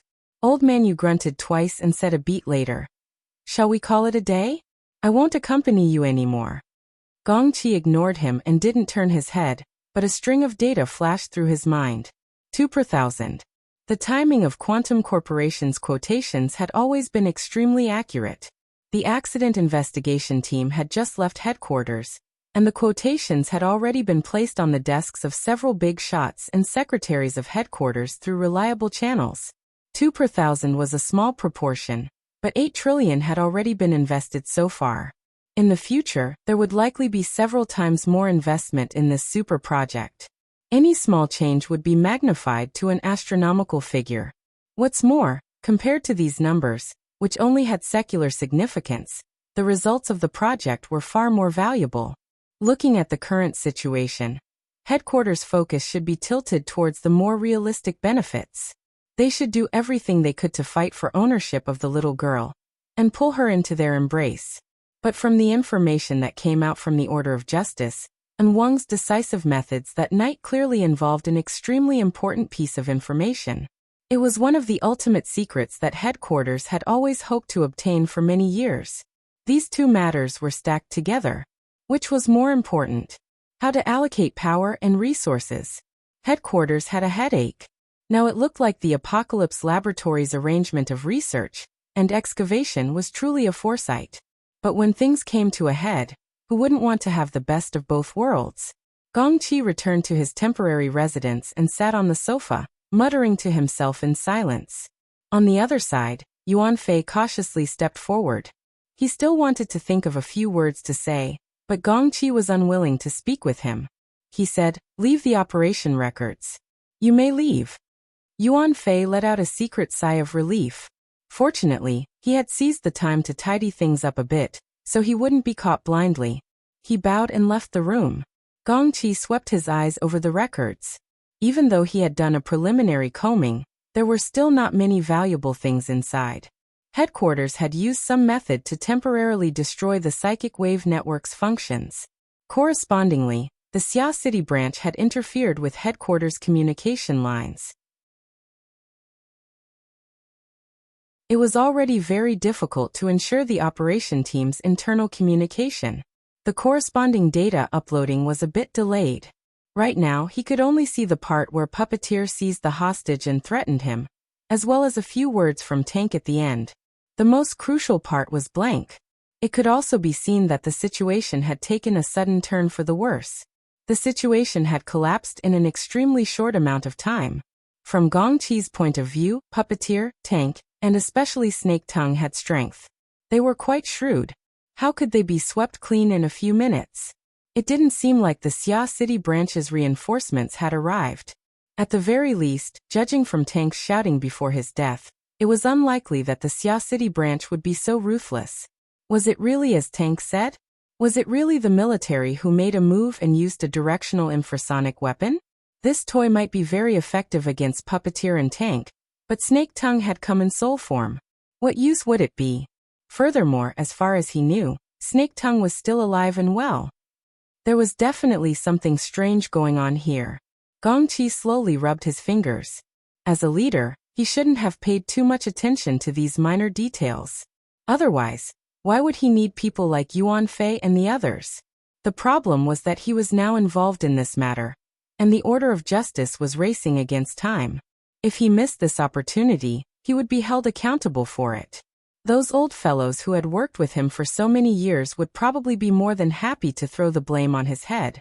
One less person, one more mouthful of rice. What a simple truth. The strength of rubbing his fingers increased a bit. Gongqi closed his eyes amidst the low hissing sounds. He seemed to be deep in thought, but he also seemed to be dozing off. Approximately 5 minutes later, his eyes faintly opened. His thoughts were like smoke, dissolving into the void and sinking into the depths of the mental plane. Before he could finish, two thoughts suddenly cut through the air. One was as tight as a heavenly net, and the other was as tyrannical as a towering cliff.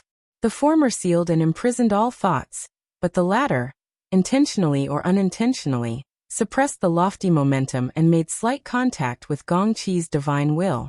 Gongqi let out a muffled groan. His complexion turned a bit dark, but he didn't continue. He returned to his expressionless state. Today, he had been enduring, calculating, and pondering.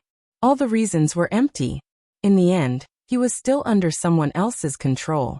Ouyang Chen was a homebody who wholeheartedly focused on research, but not only was Wu Meinyang rather ambitious, her thoughts were even more unfathomable. The confluence of two extraordinaries meant that Xia City was already under a separatist regime. Sure enough, his mission this time was a hot potato. Who could he blame for this? Who told him to act too hastily in recent years? He left those old fellows with a handle to use against him? He was old, and time waited for no one. Gongqi calmed his mind and no longer thought about it. He contacted Yuan Fei. Have the private plane get ready. We're going back tomorrow. Yuan Fei was very surprised. Secretary General Gong? Gong Qi didn't say much. He simply hung up and closed his eyes, resuming his dozing state. But his mind was still active. It went inward and not outward, diving down layer by layer. He had suffered a hidden loss in the conflict just now, but this collision gave him a reason to leave Xia City for a short period of time. It also provided cover for his other actions. At this moment, Gong Qi was circulating his energy within his own domain. On a plane that bystanders couldn't see, there was a fine gauze slowly unfurling like a hanging curtain. The gauze of silence. The gauze of silence. Once he used this, he would have to spend a lot of effort to clean up the loose ends. Gong Qi laughed soundlessly. He concentrated his thoughts in the empty space in the middle of the gauze curtain, and wrote words out of thin air. Is it safe? The words turned into smoke as soon as they formed. It was the same momentum as when his thoughts entered the void just now. But this time, it didn't draw the interception of the two extraordinaries. The moment the smoke touched the gauze curtain, it completely fused into it. Not a shred of it leaked out. Gong Qi knew that this layer of smoke had already passed through the special channel of the gauze curtain. It penetrated into the polar domain, which was the deepest part of the mental plane. It advanced towards another terminal in the distance. 3 belts, 1 district, 1 domain. This was a relatively classic method of dividing the mental plane. The polar domain was located in the deepest part of the mental plane. Its name had the meaning of limit. It was deep and boundless. Even extraordinaries would find it hard to sense even the tiniest bit of information within without prior preparation. What's more, a medium like the gauze of silence was marvelous beyond compare. Gong Qi was quite confident that he could hide it from the attention of 2 extraordinaries. He quietly waited. 2 minutes passed, and suddenly a wisp of smoke turned into a diagram that seemed to be connected, yet not connected. It was like a mocking ghost face appearing in the center of the gauze curtain. This was a symbol commonly used in secret curse techniques. It had the meaning of ambushing and plotting, but the image of the diagram itself was perhaps more suited to the mood of the person on the other side. If it weren't for the fact that this method of communication was too strenuous, the other side would certainly have used even sharper words to forcefully retort back. That's right. Among the promised rewards, there was this sort of hidden door. The other side definitely harbored ill intentions. What's more, his reputation in headquarters was truly a mess. It was normal for the other side to be angry. Gong Qi didn't care. The difference between an extraordinary and a B-rank curse master was like the difference between heaven and earth. It allowed him to ignore the vast majority of hatred, especially when the other side's situation was certainly terrible. Besides, since they were willing to reply, didn't they have to admit defeat? Even if they didn't admit defeat, it wouldn't make a difference. Snake Tongue's slender and delicate appearance flitted through his mind. Her gloomy and cold temperament was rarely seen. The corner of Gong Qi's mouth twitched, and he left behind a new mark in the center of the gauze curtain. This time it wasn't limited text. Rather, it was like Snake Tongue, a curse symbol that carried a special meaning. Even though he had already simplified it to the extreme, the structure was still layered and crisscrossed. It took a total of 12 cycles before it successively transformed into smoke, and was sent out through the gauze curtain of silence. In the end, he thought for a moment and sent out some comforting words. I'll fake my death for 10 days and return you a new life. Gong Qi sneered in his heart as he watched the last bit of smoke enter the gauze curtain. Soon after, he dispersed the strange object with a wave of his hand. He really did fake his nap to rest. For the quickest and most accurate novel reading, please visit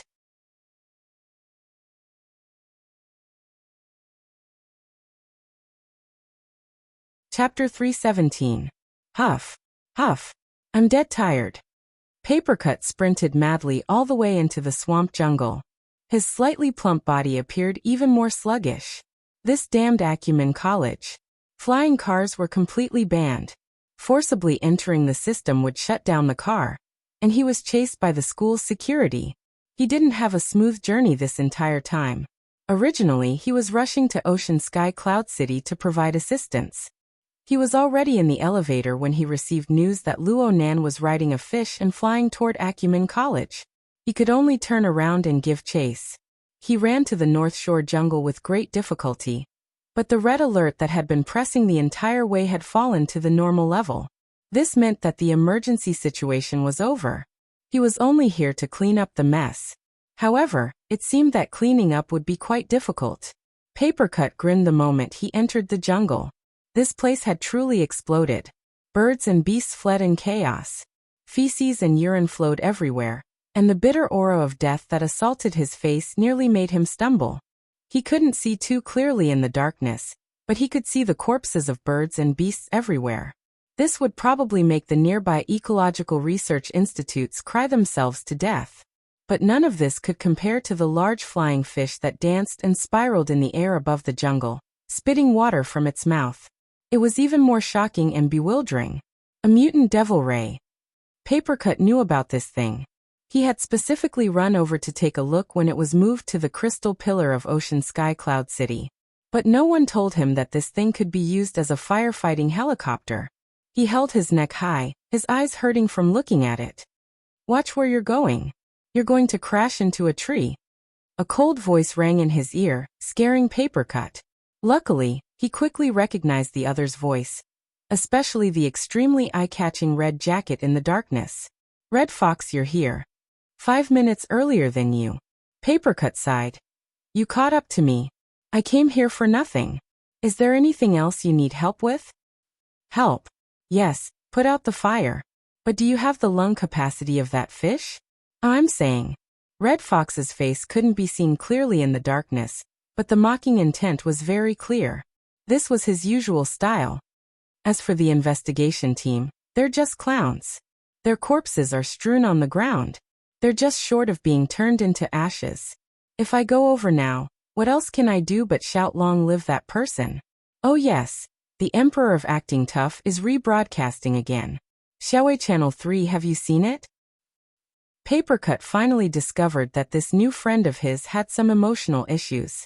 Before the incident at Frost River Reality, the two of them could only be considered acquaintances nodding at each other.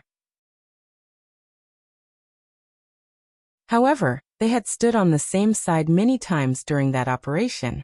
Regardless of whether it was correct or not, they had become familiar with each other. After that, they drank 2 more times and established a friendship.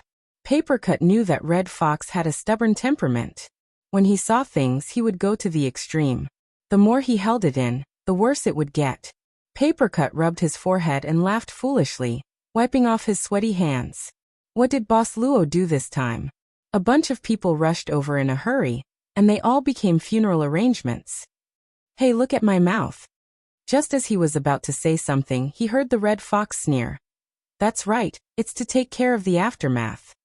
As he spoke, Red Fox raised his chin, indicating for Papercut to look to the side. Papercut had actually seen the corpse over there a long time ago. He was able to deduce that it was Tank, a member of Headquarters' Accident Investigation Team. He was famous for being a hard body expert. There were hundreds of thousands of ability users in the world. Those who could make a name for themselves were not ordinary people. But now this rather famous character had died a violent death in the swamp jungle. It made one sigh with regret. Damn, who is this? Papercut carefully sized up the corpse. His forehead felt numb. He knew rationally that this was definitely Tank, but the scene that entered his eyes had a huge impact. Papercut's mouth drew back. He didn't know what expression to make. This is Tank? From the real-time intelligence, Papercut knew that Tank was a thick and sturdy man. His hard body was valiant, and his frontal defensive abilities were especially outstanding. It was said that if he was prepared, he could withstand 3 consecutive strikes from a 12.7mm heavy sniper rifle. However, what the hell was this pile of fat and rotten dead flesh? What Papercut saw was a super fat man that was 2 or 3 times heavier than him. All the muscles on his swollen face were twisted. It was a pile of dead flesh. From top to bottom, the skin was lacerated, and there was not a single piece of intact tissue to be seen. There were even bones that were fragmented. Many of them had pierced through the layer of flesh, and the bones were horribly exposed. With this appearance, All that was left was to prepare a large pot and boil it. Even if it was torture, it wouldn't be like this without dozens of hours of torture. Red Fox walked over unhurriedly. He held a branch in his hand and poked at the corpse's shoulder. Here. When I escaped from Hu City, I gave him a blow in the wilderness. Papercut turned his head in shock. Red Fox didn't react at all to Papercut's gaze. He minded his own business and poked at the corpse with the branch. Originally, this blow was aimed at the back of his heart, but he turned around very quickly. I poked here from the front and broke the dagger. I even watched as he punched Old Five's head. Papercut opened his mouth and hesitated for a moment. In the end, he interjected. Headquarters personally sent someone to deal with the matter in Hu City? It's this person, but not this identity. Back then, he was just the sacred protector of a small order. Who knows when he joined the society? My dagger has a tattoo mark. It can be sensed from 5 kilometers away. It can last for up to 10 years. It can't be wrong. Red Fox's voice grew softer and softer, but the darkness couldn't block his cold smile. I originally wanted to seize the opportunity to strike again from here. Now it seems that the difficulty has been greatly reduced. It was unknown when, but his other hand had taken out a pitch-black dagger. The blade pointed downwards. He loosened his 5 fingers, and the dagger fell in a straight line. It pierced into the swollen and soft dead flesh of the corpse, sinking all the way down to the hilt. For a moment, Papercut thought that Red Fox had made a move, torturing Tank to death to vent his anger. But after some more thought, he knew that wasn't right. He looked at Red Fox's depressed mood, and wanted to say some words of comfort, but he didn't know where to start. In the end, he could only ask in a low voice. Did Boss Luo do it? How did he do it? I heard the secretary say that it was an infrasound. That's what I told her. The corpses of the birds and beasts beside you all died the same way. Even I almost died. Papercut discovered that Red Fox's complexion wasn't too healthy. It was pale and stiff. It turned out that he had suffered internal injuries. Red Fox didn't mind. He picked up the dagger once more and sheathed it. It was said to be a directional infrasound weapon, but no matter how directional it was still a large-scale attack. After discovering Tank's true identity, Red Fox was driven by hatred. He wanted to get close and give Tank a ruthless blow. He forcefully endured the damage of the infrasound to hide in the shadows. He deserved to be affected. But in the end he made a mistake. Papercut had a faint guess, but it wasn't good to speak of such things in the open. He could only scratch his head and point at Tank's swollen corpse. Is this fellow also an infrasound weapon? Red Fox shrugged. God knows. Papercut was unable to figure it out. He could only take a few photos and record a video. Right now, he had already confirmed that Red Fox would rather hide in the forest and feel the cold wind than go meet Luonan face to face. Red Fox had a different feeling in his heart. There was nothing to say about this sort of thing. It was fine as long as he forcefully reversed the situation. He sighed. Who cares how he did it? It's fine as long as he's fine. In any case, he's right there. If there's something he doesn't understand, he can just ask. Oh right, are you sure he's fine? I'm half his master right now. Do you want him to apologize to you? Get lost. Red Fox flung his hands, wanting to leave, but he was forcefully pulled back by Papercut. Don't. I heard that the kid got himself into a state of serious injuries. His eyes are about to go blind. I don't know a thing about emergency treatment. If you don't help, then I can only use paper ash to paste it. You go paste it. It's none of my business. Let's go, let's go. Hey, that devil ray doesn't eat people, right? Who knows? Would you eat it if I gave you an infrasound? Holy crap. The two pulled and pulled, but in the end they still headed in the direction of Gear. When they entered the interior of Gear, the devil ray in the sky didn't eat them, nor did it give them an infrasound. It turned a complete blind eye to them. It just sucked in water from the small lake next to Gear, turning it into a water cannon that smashed into the ignition point upstairs. The so-called water cannon was a true artillery shell made of water. The devil ray went through the special effects of its oral cavity and cheek cavity to condense a large amount of lake water into an extremely solid ball of water. It smashed in through the gaps in the window. It was fast and accurate. Its fire-extinguishing effect was top-notch. Papercut clicked his tongue in wonder, but his head hurt. This fellow has become a spirit. Isn't it too high profile? If we were to be photographed, the internet would explode. Red Fox didn't speak. He took the lead and stepped into the interior of gear. At this time, the power of water and fire had been tossed about on every floor. It was a scene of chaos. It was extremely dismal. They saw a few multifunctional robots along the way. They looked like they had the ability to put out fires, but they had all been smashed to smithereens. This was clearly the handiwork of Tank. However, the fate of this instigator was 10 times more miserable than these robots. Nanster, where are you? Papercut called out twice, but no one responded. He found it very strange. He was even more worried. Did something happen again? Underground. Red Fox actually became the one leading the way. He brought Papercut through the fire escape passageway without hesitation. The structure here is quite unique. I heard that his mother designed and built it single-handedly. What a pity. Papercut forcefully changed his words, but in the end he didn't expose Red Fox. It was clear that Red Fox had followed Luo Nan all the way. He only returned to the forest after confirming Luo Nan's whereabouts. Papercut could tell from that night at Frost River Reality that Red Fox became very attentive after resolving his misunderstanding of Luo Nan. Perhaps he was a bit jealous, but there was even more envy and substitution. Perhaps he was thinking that if Hu City was Xia City instead of Hu City. Unfortunately, there were no ifs in this world. Red Fox and Papercut walked all the way to the central control room. They saw the same mess.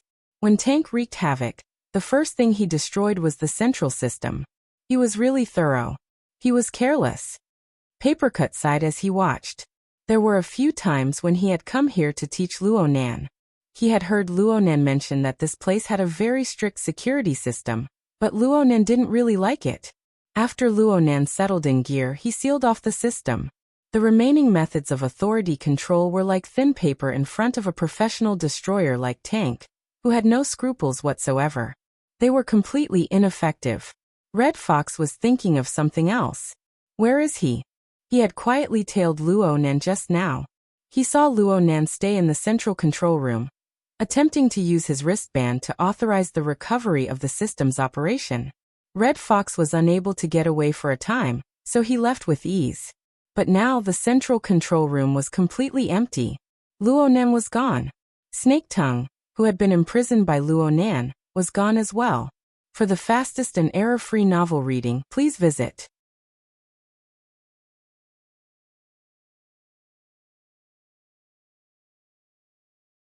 Chapter 318. Papercut's gaze circled the central control room. Nanster isn't here? He walked into the room as he spoke, but he was stopped by Red Fox just as he took a step. Wait a moment. Red Fox's eyes were cold and clear. His footsteps were soundless as he entered the central control room. His nose trembled slightly as he distinguished the smells in the room. He even went to the elevator and other entrances and exits to investigate. Luo Nan's body reeked of blood due to his eye injury.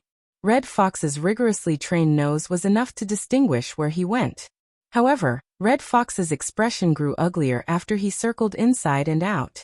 He was unable to understand the information displayed by the smells. There are no signs of him going out. There are no traces of the elevator or the security door. He didn't go out from there. Papercut blinked and turned to look in the direction they came from. Smells don't show the direction. Nanster also came from here last time. Did he go back the way he came? I can tell. Red Fox didn't even raise his head. He walked to the operating console. This place should have been the core of the entire building, but now it had become a massive garbage dump. It had been completely destroyed by the tank. Red Fox tried to restore the scene. He sized up the operating console that had become scrap metal and quickly discovered an abnormal situation. An enormous amount of electricity had just passed through a certain area of the garbage dump. Since the operating console was destroyed, the electrical resistance was extremely high, leading to traces of erosion. However, there were no wires or the like here. Papercut mumbled to himself as he was pondering. Disappeared into thin air? It doesn't seem like something happened. As he spoke, the paper man he controlled bounced outside the building. He extended his sensory range and confirmed that the Devil Ray was still obediently acting as a firefighting helicopter. There was nothing strange about it. Should I contact the secretary? Red Fox's expression turned even worse, but he didn't object. Papercut had just raised his wrist when an electronic beep rang in his ears. The corresponding thoughts found a place to go. Soon, a kaleidoscope of information connected with his consciousness. He felt livelier all of a sudden. After a lot of trouble, the psychic wave network was finally rebooted. Papercut had long since gotten used to having the Hexa-ear by his side during his years in Xia City. He could enter the psychic wave network at any time. His mind immediately relaxed. He searched his friend list in the first instance and shockingly saw Luonan was online. The tetrahedron avatar was extremely eye-catching. "Hey Nanster, where are you?" Papercut called out. The Red Fox suddenly turned his head and stared at him. As for Luonan, he was silent for a moment. 1 second. 2 seconds. Then a strange noise rang out, forming a disturbance. It made Papercut believe that something was going to happen to the psychic wave network. Luckily, the static soon disappeared and Luonan's voice rang out. "I'm here." Wait a moment. These words sounded a bit hoarse and floaty. Papercut was stunned when he heard them. He hurriedly asked, "Are you okay?" "It's fine," Luonan responded in a hoarse voice. She could feel that there was a bit of a problem with his mood. Red Fox couldn't stand this sort of pointless conversation. He also connected to the psychic wave network and bluntly asked, "What about Snake Tongue?" "Suicide." Red Fox and Papercut looked at each other. Luonan had no intention of explaining further. He asked them in reply, "You guys are in the central control room. Everything is fine over there, right?" "It's all right." Before he finished speaking, another person requested to be connected to the call. And it wasn't just one person, but several people. He Wayne, Zhang Yingying, Cragburst, Bamboo Pole, Octopus. Even Bai Xinyan came to join in on the fun. Practically all the ability users that Luonan knew contacted him like a swarm of bees. Luonan never expected that he would have this sort of popularity. He wasn't good at this sort of situation, and he hoped for a quiet environment, especially right now. Luckily, the other side was aware of this sort of situation. He Wayne immediately took the lead and established an internal channel. She pulled in all the relevant personnel and switched to message mode. Only she, the creator of the channel, retained her voice to ask questions on behalf of everyone else. "Mr. Luo, how is your body? How are your eyes?" As He Wayne spoke, all sorts of words rapidly flooded the internal channel interface. It felt even livelier than the voice mode. Luonan just responded with a low and hoarse voice, "I'm fine. I can see." "Mr. Luo, I don't recommend that you stay in gear for too long. Someone has already posted photos and videos of the Devil Ray flying into the sky online. The activity in the northern jungle is too big. We need professionals to deal with the aftermath." He Wayne maintained a calm and rational attitude from beginning to end. She could more or less guess Luonan's thoughts. She added, "I already notified the firefighters to rush over there 10 minutes ago. They should be here soon." "I know." Luonan's mood was subtle, but his response was straightforward. "I'll leave immediately." It's fine if Mr. Luo returns to Cloud City Water Village. The facilities of the Sacred Heart Hospital here are quite complete. "Okay." Luonan's response grew more and more brief. He went offline right after his reply. It was clear that he didn't want to say anything more. This attitude made the people in the internal channel very baffled. "What's wrong? Are you angry?" Anyone would be angry after being tormented by those people from headquarters. "Are you sure it's not because of a bunch of powerless idiots?" Hey. Think about yourself. Is it a stress reaction syndrome? He's shocked and angry, and he even killed people. Look.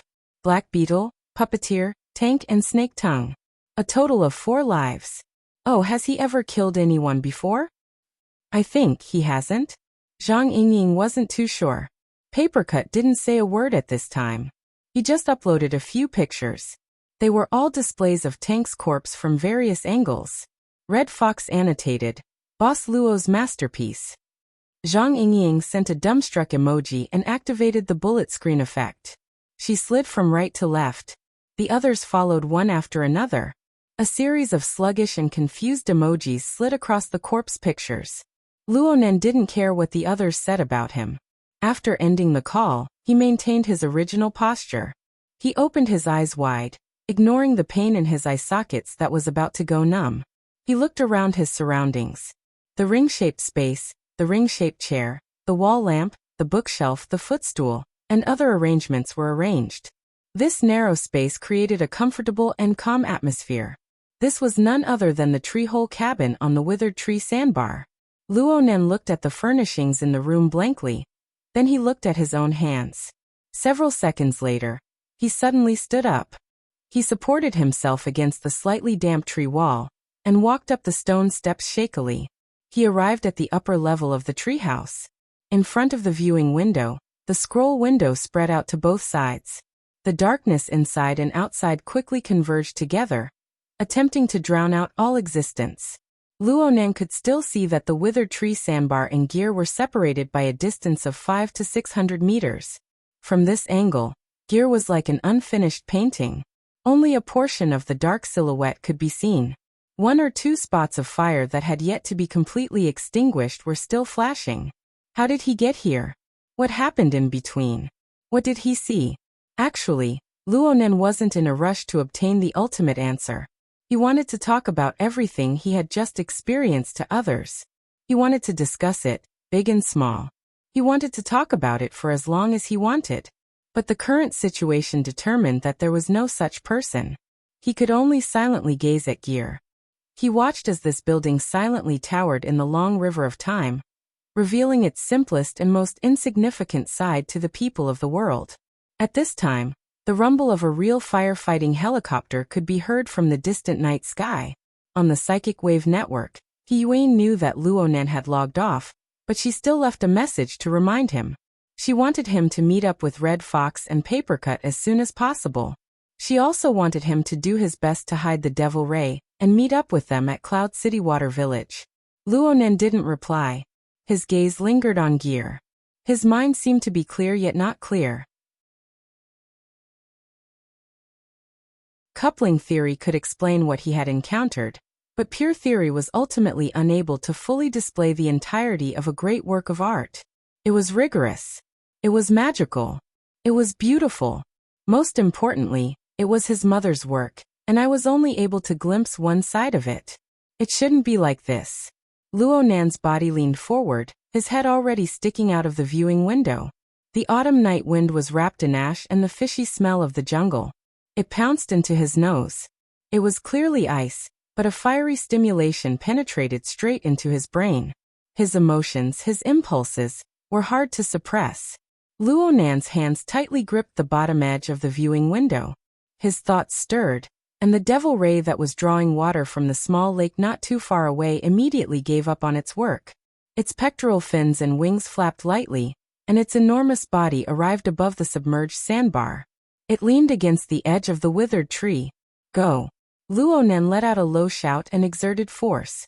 He actually let his body leap out of the viewing window and fall to the edge of the devil ray's pectoral fins. His long wings took advantage of the situation to fold slightly, allowing his body to slide all the way to the flat back of the large fish. The viewing window silently closed, restoring the appearance of the withered tree. Luonan did his best to stand up, but his legs were still a bit weak. He nearly fell down again. Fortunately, the devil ray's tough body gave him a timely elastic support. Luonan didn't wait for his balance to be completely restored. He staggered forward until he arrived at the head of the devil ray. He grabbed a pair of flipped-up cephalic fins, and only then did he let out a long sigh of relief. He spoke softly. Fly then. Find the best angle. The devil ray let out a deep cry, and the whistling air currents broke a few branches of the withered tree. Its enormous body swam upward, reaching a height of over 100 meters in the blink of an eye. Finally, his unusual actions attracted the attention of others. Papercut's shout seemed to come from the jungle. There were people shouting and reminding in the hexa-ear and the wristband. Luonan didn't respond at all. He just looked at the sky. The Pingjiang district where the academy was located was part of Xia City's specially designated educational function district. Even though the skyscrapers of Cloud City Water Village towered into the clouds, this district was still one of the areas with the lowest average building heights. The distribution of air traffic was relatively sparse. Looking up, one's field of view was actually quite wide. The weather tonight was pretty good. A few stars impatiently broke through the light pollution of the city and appeared in the corners of the horizon. But as the devil ray flew upward, the cold wind assaulted Luonan's face. In Luonan's mind, in his eyes, and in his ears, there was a different scene. It was the surging mist and ice crystals. It was the astral winds that roared like dragons. It was the vast land of a fiery hell. It was a marvelous world that Luonan had never imagined in his 16 years of life. It was dangerous and deadly, yet it possessed the allure of a poppy flower. Luonan was practically unable to distinguish between reality and illusion. Then the tall body of the devil ray returned to normal, and it began to circle in the sky. It was already over 1,000 meters in altitude. Looking down from high above, one could see the rotation of heaven and earth, the meandering rivers, the dark void, and the light pollution of the city painting the background. It formed a dark and turbid and oppressive scene that flooded the horizon. Millions and millions of living beings came and went, either numb or wantonly, spilling the heat of life. Luonan had never truly understood this city. Right now, Xia City was merely the background of his existence. What he paid attention to was just an insignificant point beneath this background. Gears. From Luonan's perspective, this was the only place that was pure and clear. No matter how chaotic the background elements were, as long as he approached this place, the visible and invisible order, the visible and invisible gears, crisscrossed between heaven and earth. They converged and revolved around the marvelous orifice, slowly revolving. Rigorous, mystical, beautiful. Reality. Luonan stared blankly at this soul-shaking gorgeous scene. It was possible that he was the only one who understood this scene. His self-consciousness seemed to operate along with it, becoming a part of the invisible and grand order. It expanded outwards layer by layer, combing through all the living things of heaven and earth that he could sense. So he knew that within a range of several dozen kilometers, practically all the high-definition cameras on the tall buildings in the area had turned to look at him. There were also high-altitude ships, and there might even be orbiting satellites at an altitude of several hundred kilometers. They locked onto the night sky where he stood, staring coldly at him. As for the mental senses, strands and strands of them spread out from every mental plane. It wasn't just one or two. It was unknown how many people used various methods to pay attention to this part of the world, to pay attention to his every movement. But compared to the millions and millions of residents of Xia City, compared to the billions and billions of living beings of the world, what did this amount to? Knowledge was order. Ignorance was disorder. The information of disorder was like an illusion. It melted and disintegrated within the glowing mist of this enormous metropolis. It was like that figure, that name, that soul.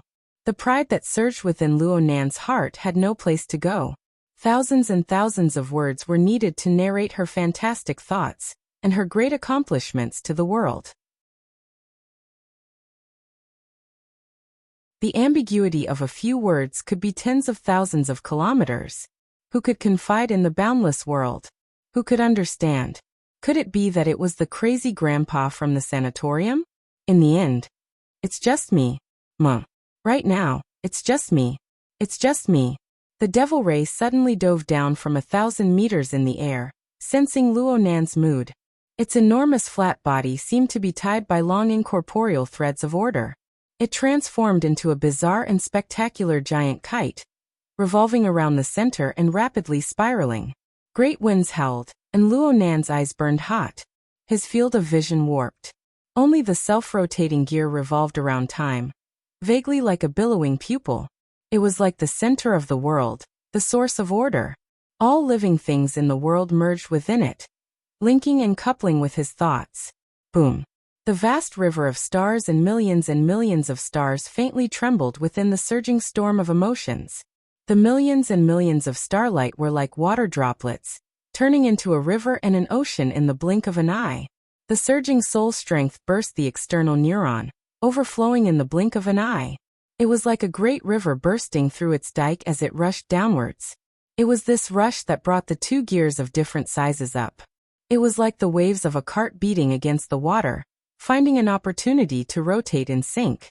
Energy rubbed, lightning burst forth, crisscrossing and weaving. In the blink of an eye, it was impossible to remember how many there were. Luo Nan's blood and energy surged. Was it pain or excitement? How could he experience it? He could only let the surging emotions push him as he tore his throat and screamed. There were no misgivings. There were no considerations. There were only the purest emotions mixed with lightning to rumble on the mental plane. Mom. The melancholy sound of thunder crushed through the void.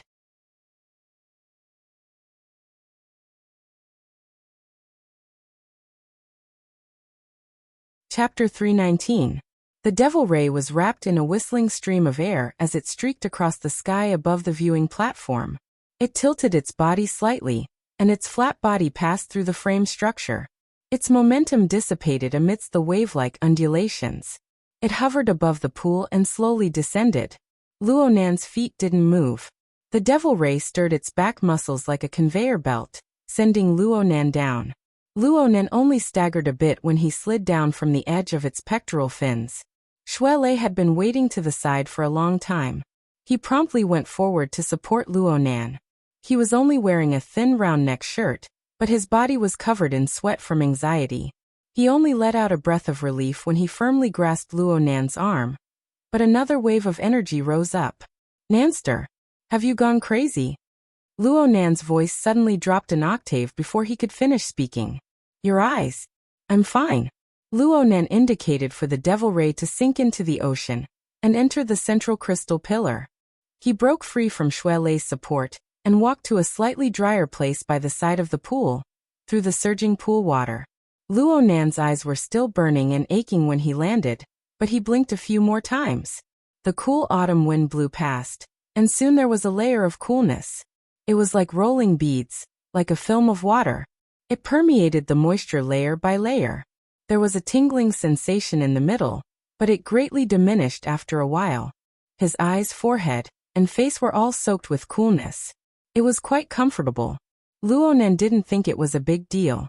The coupling electricity between the two gears could tear, but it could also repair glue. The current control wasn't too precise. Perhaps the first wave was damage and all sorts of tearing, but the second wave of electricity could be generated and welded together. On the other hand, it was possible for the gears to explode just as they were getting better. But since it was coupling, the exchange of information and synchronization were natural. The probabilities were shifting toward the good side.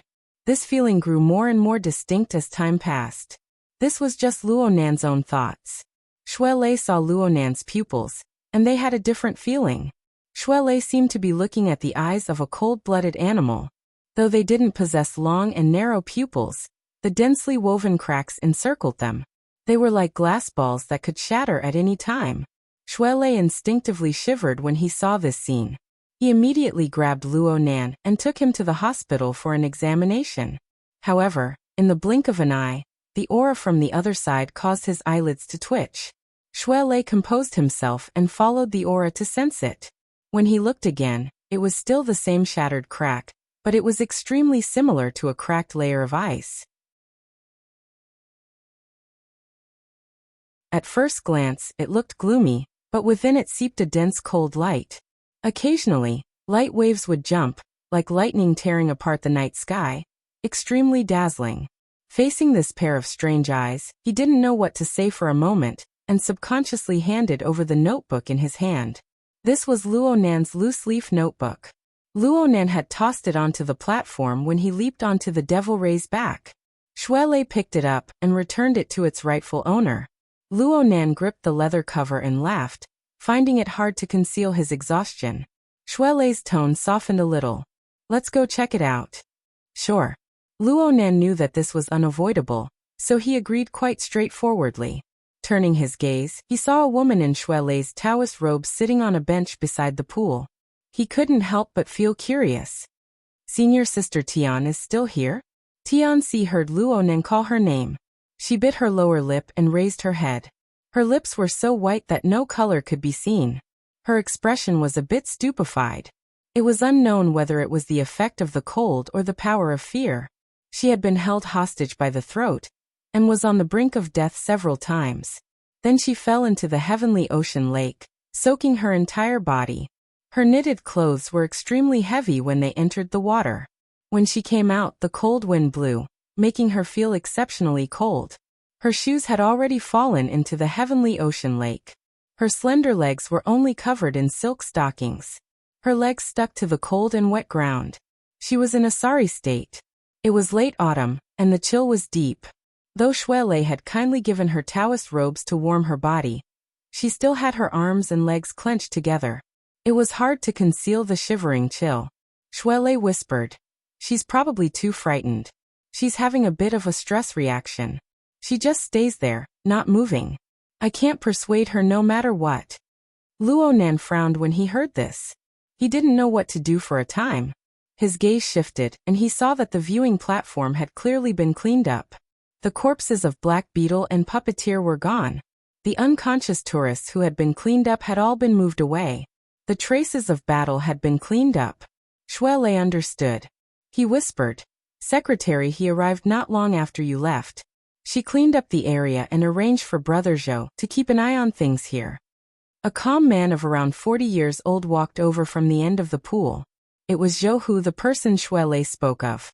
He was one of He Yuan's bodyguards, as well as her trusted aide.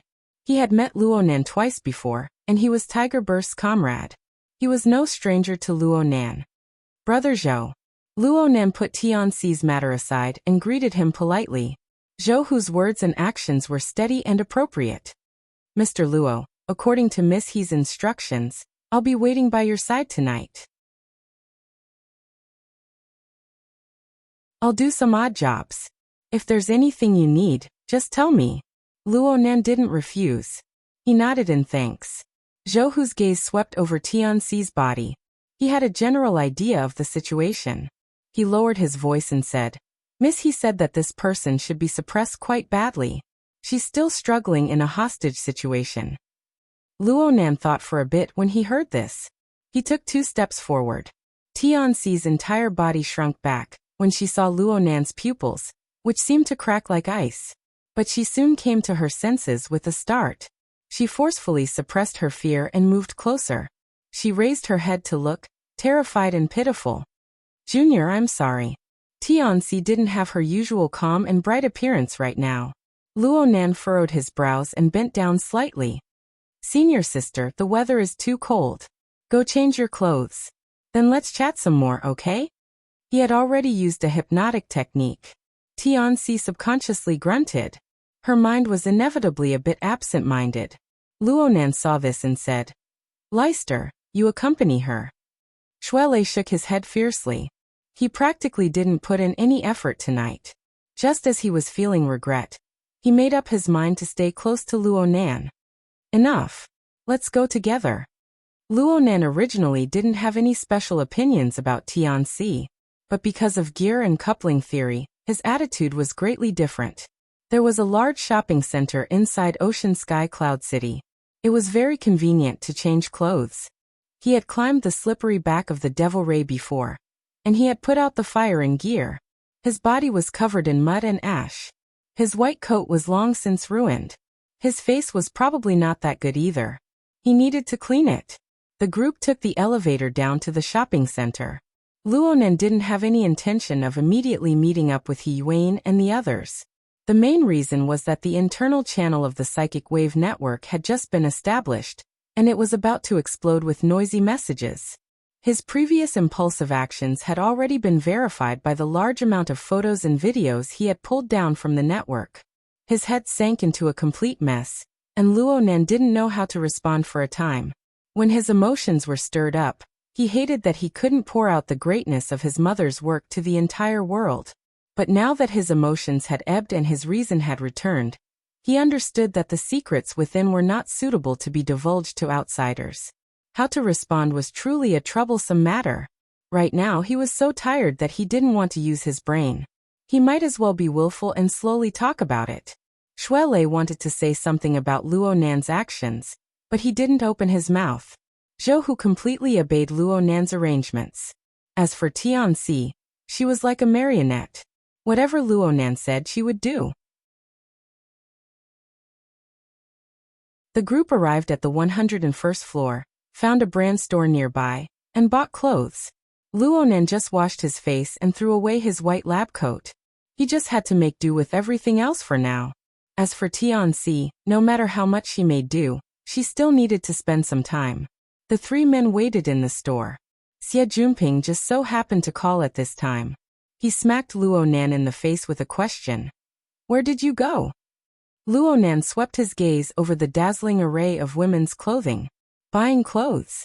Xie Junping clearly choked. He paused for a moment before asking, "Where's Leister?" "He's with me." "What's wrong?" Xie Junping chuckled. Nothing. I was just asking. You two suddenly disappeared. Tang Yi came over just now, but she couldn't find you." Luo Nan thought of something. He tilted his body slightly, and the corner of his eyes swept over the most eye-catching decoration outside the store.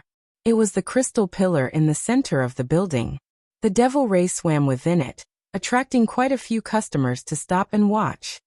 "Help me ask Yao Feng what the approximate price of the mutant devil ray is." "So it really is." Cough, cough, cough. "It's nothing. I'm a bit choked." Xie Junping suddenly raised his voice and forcefully suppressed it. This was the end of Xie Junping. The latter half of his sentence was to deal with his companion. He turned around and forcefully suppressed his voice. He could not help but tremble.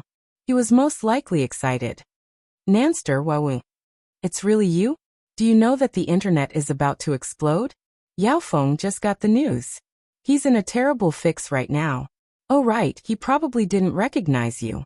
Then he's really slow." Luo Nan didn't want to talk too much for now. He reminded Xie Junping, "I'll be there in a bit. Don't forget to help me ask the price." He hung up the call after speaking. Luo Nan admitted that asking Yao Feng for a price was an impulsive idea.